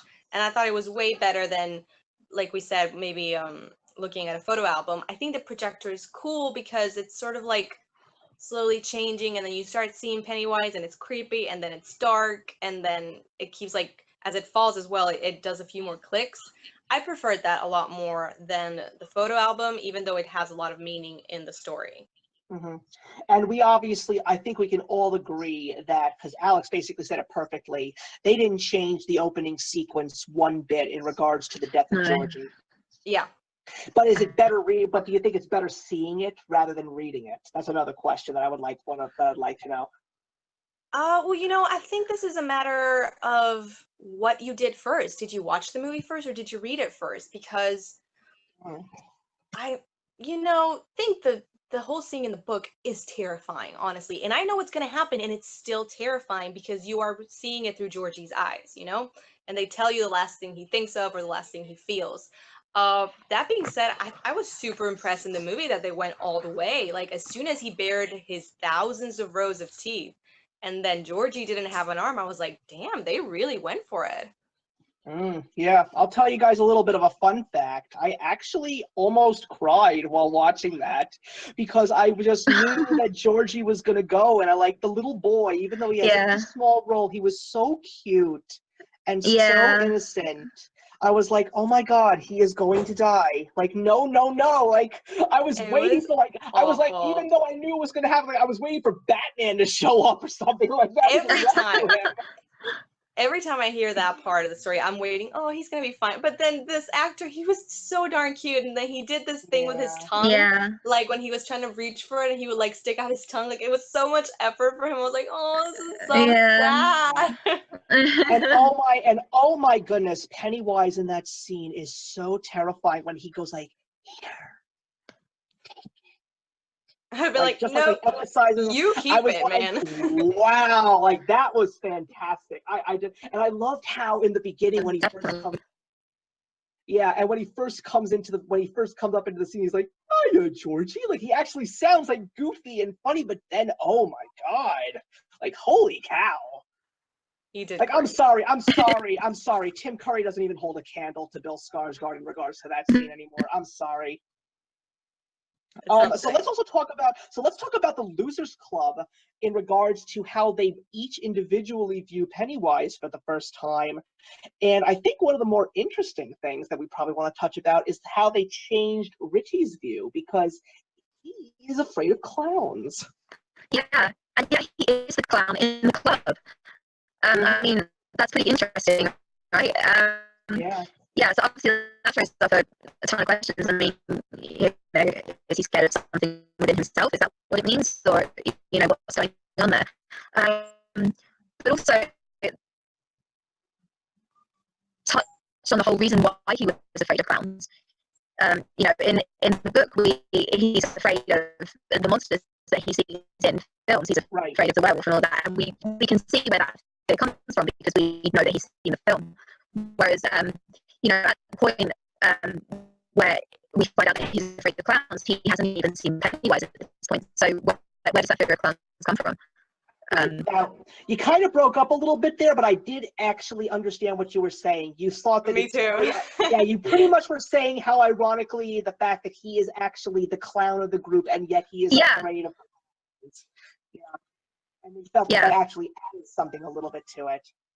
Yeah, and I also said that, yeah, I didn't really see in the film where his fear of clowns comes from, because at that point he hadn't seen Pennywise, whereas in the book you can see where his fear of movie monsters comes from because, you know, he's seen the movies.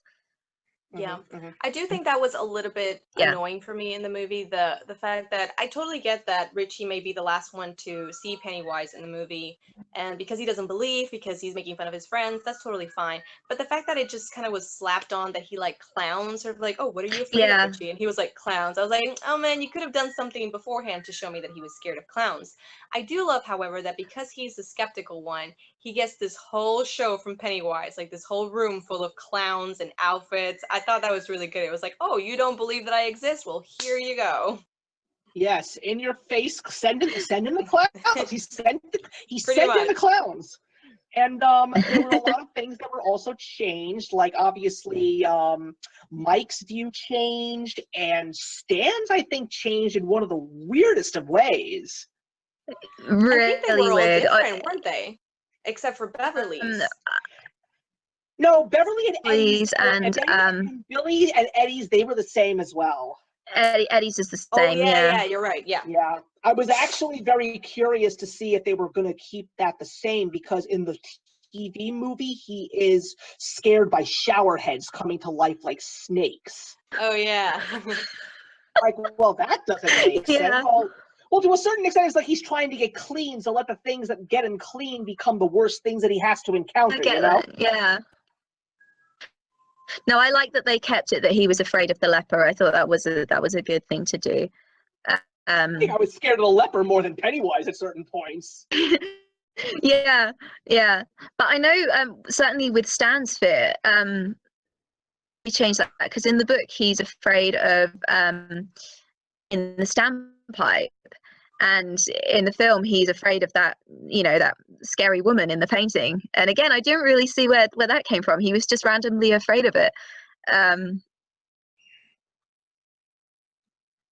You know, I actually really did like the change for Eddie, because I think it made it clear that we are all afraid of something maybe irrational as kids, you know, and this painting freaks me out and I don't want to look at it. And then this thing is actually moving. One of the moments that scared me the most in the movie was when they're in the sewers and Eddie's by himself, and then you hear like these footsteps going really fast, and then it's the actual lady from the painting like going for him. I was like, Jesus!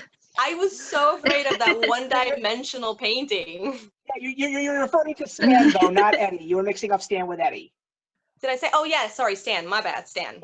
Yeah. And you're absolutely right. I mean, I know for a solid fact that you know, when we're little kids, we encounter something that is not necessarily meant to be scary, but because of the fact that it just hits us in a certain way. Like, a perfect example is my now 4-year-old niece. When she was little, she was scared of the Menomina song from the Muppet Show because she thought that the creatures were just very creepy looking. No.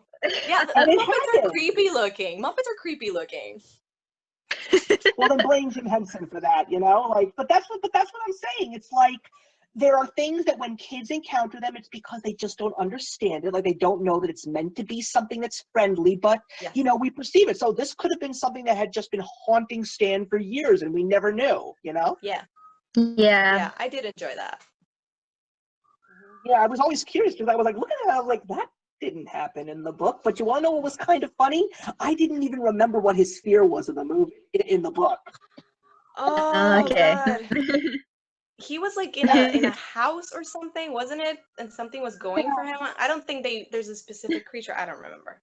Yeah, and the whole thing with Mike, the black bird is gone. It doesn't even exist. Yeah. In the movie. Well, it does seem like that's something he inherited from his father's memory, wasn't it? Because again, I'm going back into the adult storyline because that's something that we don't really find out until. Yeah, it is so. But in this case, it is a little bit relevant, you know, because this is a crucial story for the kids. I guess so. So yeah, he learns that, you know, his father terrible fire, and by his father sees this big emerging out of it, and that's where his fear of birds comes from, and that's why he sees Pennywise as this huge bird. Really absent from the film. But in the case of the movie, it's a little bit different. It's sort of like he's feeling a little bit guilty about something that happened in his past. Yeah. Well, he's afraid of the fire that apparently killed his parents in the film. Again, that's different in the book. So Yeah. Well, we are officially finished with this one, and I'm just going to let you guys know right now that the film destroyed the book in this case. And you want to know why it is? I think sometimes when you just see it up close, it's just something that adds a little extra dimension, you know? Yeah, I think so. Yeah, and considering the fact that and honestly, I will say this, just personally, that I feel that the funny factor of Pennywise, I personally think it added to the creep factor. Because like Maria said, he was playing with his food. okay.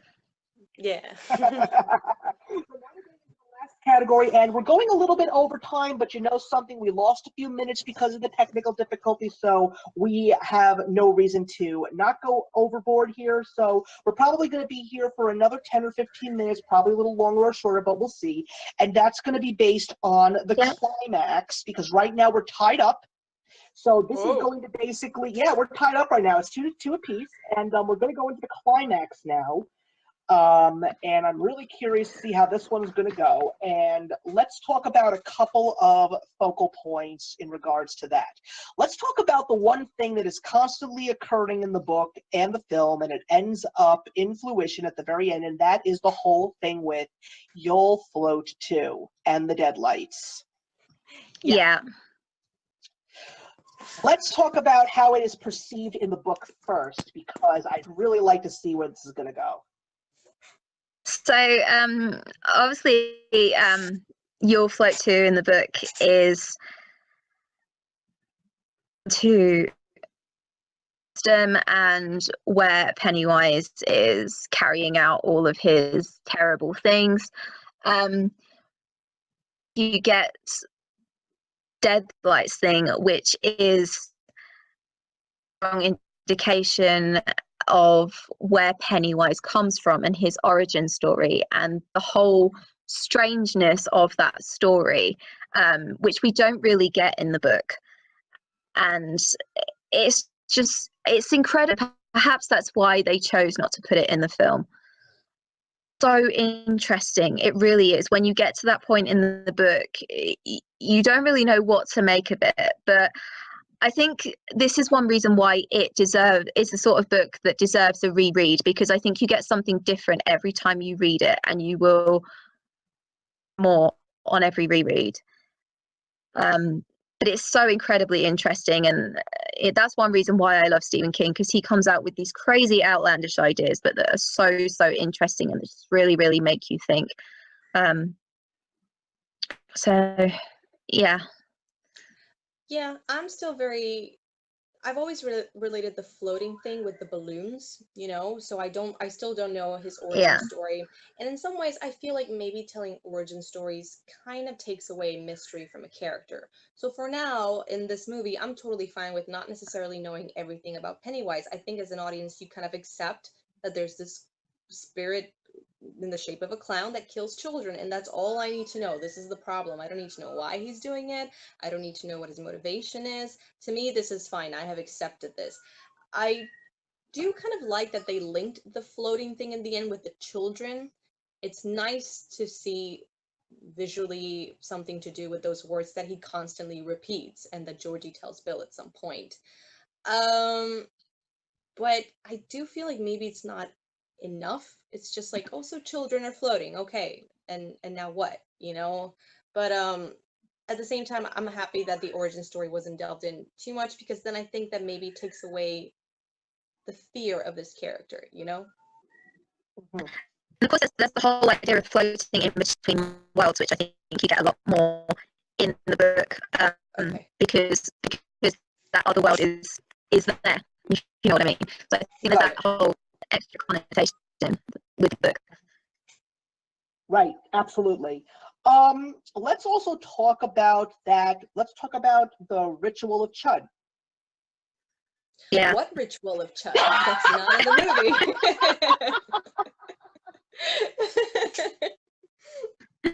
movie. Yeah, I know of it, but definitely not from the movie. Yeah, I mean, exactly. yeah. Now but it's in the book, but Yeah, it is. but would that be something? The question really is, because I'm not giving my opinion in regards to it, but is it necessary? Does it add to this?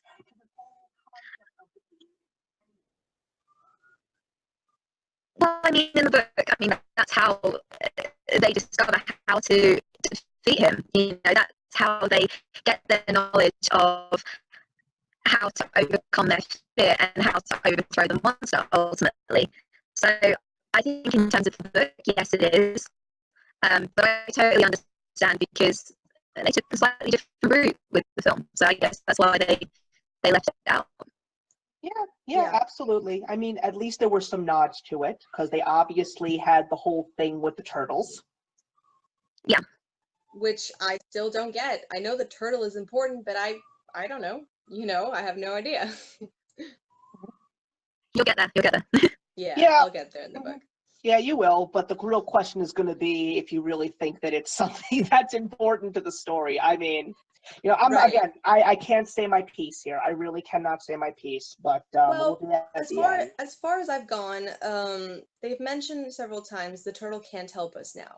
So I'm waiting for the turtle at some point, and maybe it's not important. Maybe because obviously it doesn't help them when they need to or something. I'm assuming it has nothing to do at the end when they defeat him. In the movie, it does feel like something is a little bit missing, and as someone who hasn't read that part, I can't tell you what it is, but I do feel like there should be something a bit more concrete to the way they defeat him. However, I think the movie builds up their friendship as the reason why they beat him, because, you know, together we're strong, and if we separate, we can't do it. And they kind of do that when they get separated in the sewers, you know, that he can get them if they're separate, if they're afraid, but if they're together, they're stronger. So I think in a more subtle, indirect way, you can understand why they defeat him, or, you know, manage to be stronger than him for a while. And the fact that he gets Beverly and Beverly says, I'm not afraid of you anymore, you're like, oh, so it does have to do with fear. It does have to do with you overcoming something, you know. It's a battle of your wits, I think, of your fear and your courage. So even if it's not explicit, I kind of got that. I'm not sure if that has anything to do with the ritual of Chud. Yeah. Alex, just wanted to know if you want to say anything else. Yeah, there you go. Okay. Yeah, so at least there was some fan service. That's a good thing. I mean, I personally think that one of the things that we should have gotten more, we only got it once and it came from Pennywise, was Beep Beep Richie. Yes. Yeah. I was really surprised why they took that away. I don't know. They put that in the film because, yeah, it's just...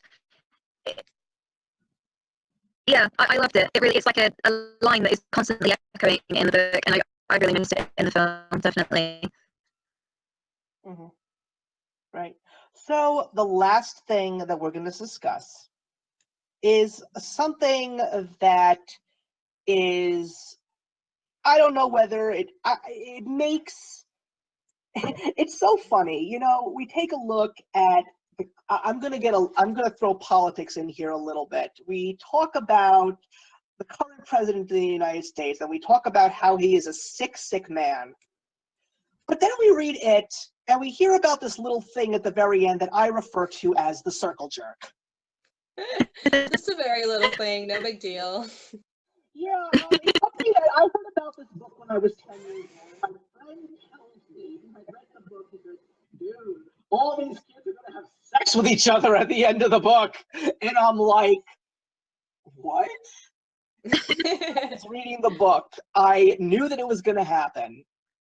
And then when I do it, I'm just like, oh God, what the hell am I reading? Stephen King, you sick, twisted, perverted man, you. It's not in the movie. Good Shocker, or bad I wonder thing. why. I wonder why. Good or bad thing? And even though it's in the book, what is its purpose? Alex, I can't wait for you to explain this. I am dying here, Alex. It's your turn. talk about. Okay, right. I am going to go. So it was something that I mentioned earlier, the whole coming of age elements to it, the whole passage between childhood to adulthood and overcoming your fear, because a lot of kids have a fear of adult things, including sex, and they have to bridge that gap between.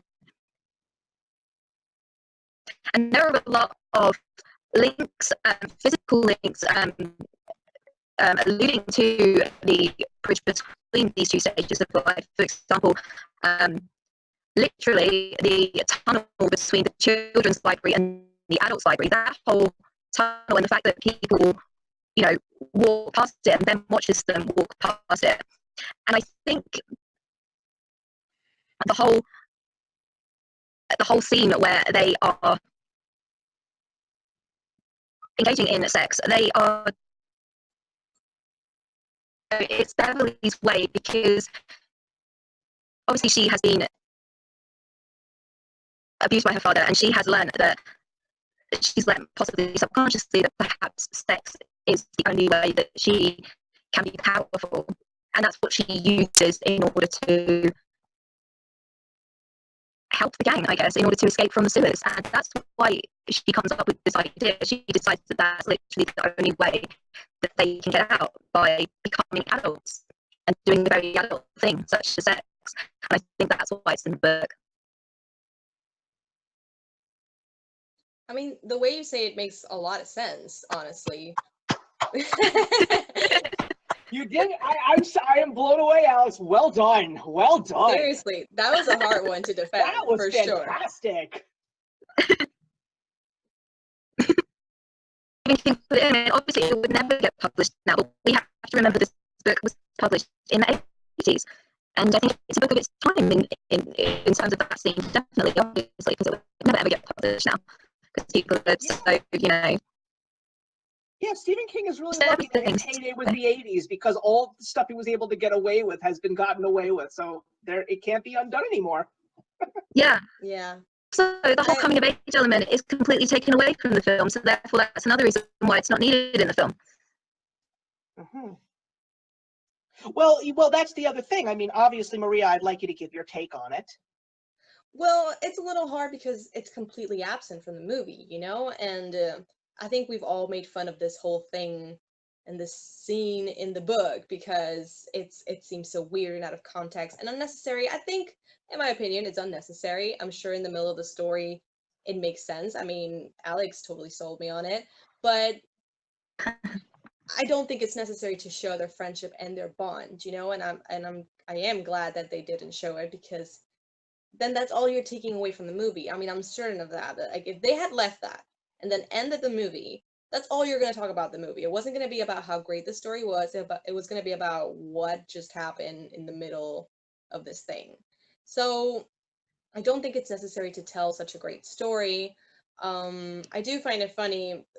Everybody has been kind of hounding Stephen King about it, like, oh, what do you think about this now, so many years later? And he said, like, yeah, he made a statement before he stood by it. And he said, I just think it's also funny that people are totally okay with somebody murdering children all over the book, but then have one problem with this one scene, which is basically consensual sex between friends, even if they are children. That is true. Yeah. It's about any number of child murders in that book. It's all about the fact that children had sex. Yeah, that people have a problem with. Yeah. Yeah, I mean, again, you're absolutely right. I mean, who knows? Like, did he do this for the sake of? To me, it sounds like, based on our conversation, like he really meant for it to be an important coming of age point rather than just shock value. Yeah. Yeah. Exactly. Yeah. Yeah. And there was a reason, but yeah. But the problem is, you show it today and no one's going to look at it but shock value. That's the problem. Yeah. Yeah. Yeah. because we unfortunately live in this politically correct society right now, which I think is not doing any good service for anybody at this point in time. And it's just, to a certain extent, it prevents you from really getting your message out, whatever your message may be. But at the same time, you know, when you take a look at how much knowledge we have gained and we feel what is appropriate, what's not appropriate at these days and age, you know, would something like this still fly? We just don't know. That's the thing. We don't know. I guess it's not in the movie because there's just so many people who have read the book that just don't like it, you know? Yeah, I can understand that. And in this is one of the cases where maybe it's better to read it than to see it. Like, it would probably make more sense. And I haven't gotten to that part yet because it's closer to the end of the book, but I'm sensing something between all of them and Beverly. Like, everybody has like something with Beverly, and it's not dirty, it's not, you know, adult feelings, but there is something blooming between all of them. And so I can see where he's kind of going with it. But so it's definitely not out of the blue in my opinion so far. But yeah, if you just randomly talk about it and put it in this movie, people would not be on board with it. I mean, I don't think I would have enjoyed watching it either. Yeah, I mean, like, I think, Yeah. I mean, personally, as someone who always likes to take a look at films and see how something could have been done, maybe it would have been okay if, you know, they actually just showed her taking off her clothes and then just fade to black and let everything just be guessed toward the imagination. However, what about the blood oath? Was it an okay replacement, or does it not really bring that coming of age factor to the characters? I mean, you know, obviously it creates the bond between them. They do slice their palms open in the book. You know, that is the only thing between them. Because obviously, you know, sharing blood and having sex is somewhat similar, I guess. As in, you know, you are sort of, you know, eternally bonded to those people and all the rest of it. But can see why they just used that as for the film, definitely. Obviously, they didn't want to allude to the fact that. So yeah. Yeah, I think speaking of like a coming of age story, which Alex was mentioning, this scene probably does for them.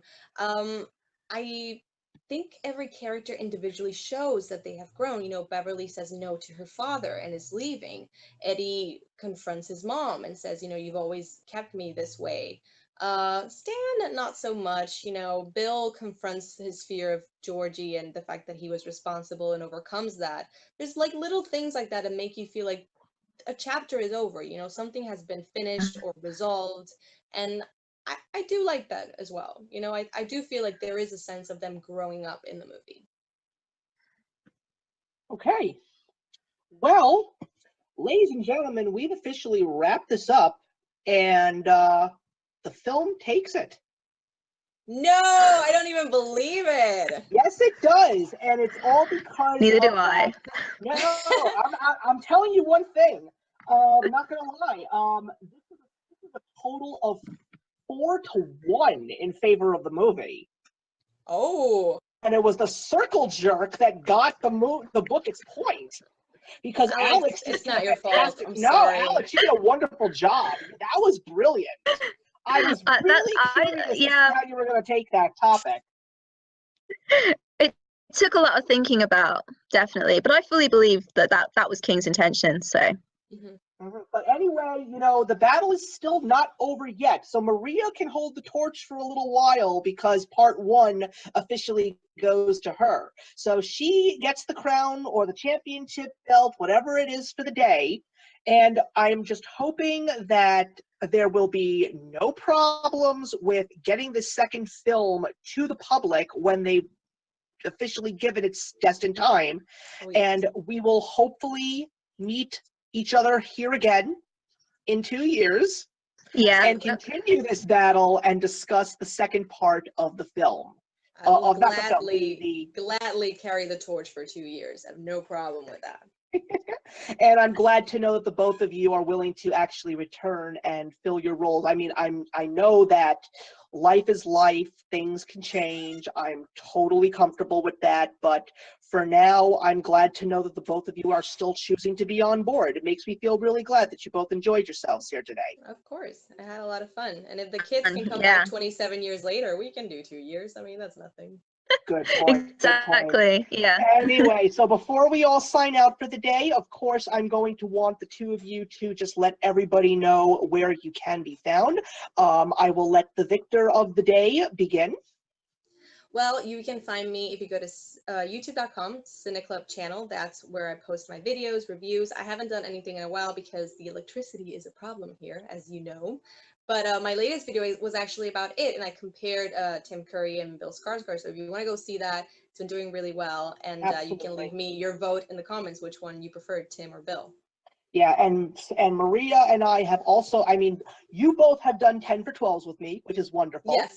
So the fact that we actually, well, actually, Alex is about to do a 10 for 12 with me. So Yeah, that's actually awesome. so, Yeah, she's about to do it this in November, so keep an eye out for that one, Maria. Maria and I did 10 for 12, which was 10 movie sequels that surpassed their originals. That was a lot of fun. It was nice to know that we both shared, I think we shared number 1. That was pretty awesome. Did we? Which one was it? I don't remember. It's Well, been a while. I think we both chose The Godfather Part 2. There you go. It has to be. Yeah, You know absolutely, absolutely, yeah. All right, so Alex, please let everybody know where you can be found. Alex's Fiction Addiction on YouTube. I am mostly a booktuber, but I am starting to do some more film and TV stuff. I'm also on Twitter, Instagram, Tumblr, and Goodreads, and I always leave all of my links at the end of all of my videos, so you can always find me on all of those too. Excellent. And just so you both know, and let's let everybody else know, because I would really like this little show to get around, because there's big plans for Versus next year. I've got 5 episodes in the works. 4 right now have officially been decided, but there will probably be a 5th one somewhere down the line. And what I'm going to do is I'm going to be taking this video down in a couple of minutes, because I'm going to download it and I'm going to add the intro and outro to it. And then I'm going to put this, and I'm going to share this with the both of you on Google Share Drive, so you both can copy it and put it onto your respective channels. I would really I would really like the both of you to get this onto your channels and let this go around and really try and get more people interested in doing more of these battles, because there's so many more things to talk about.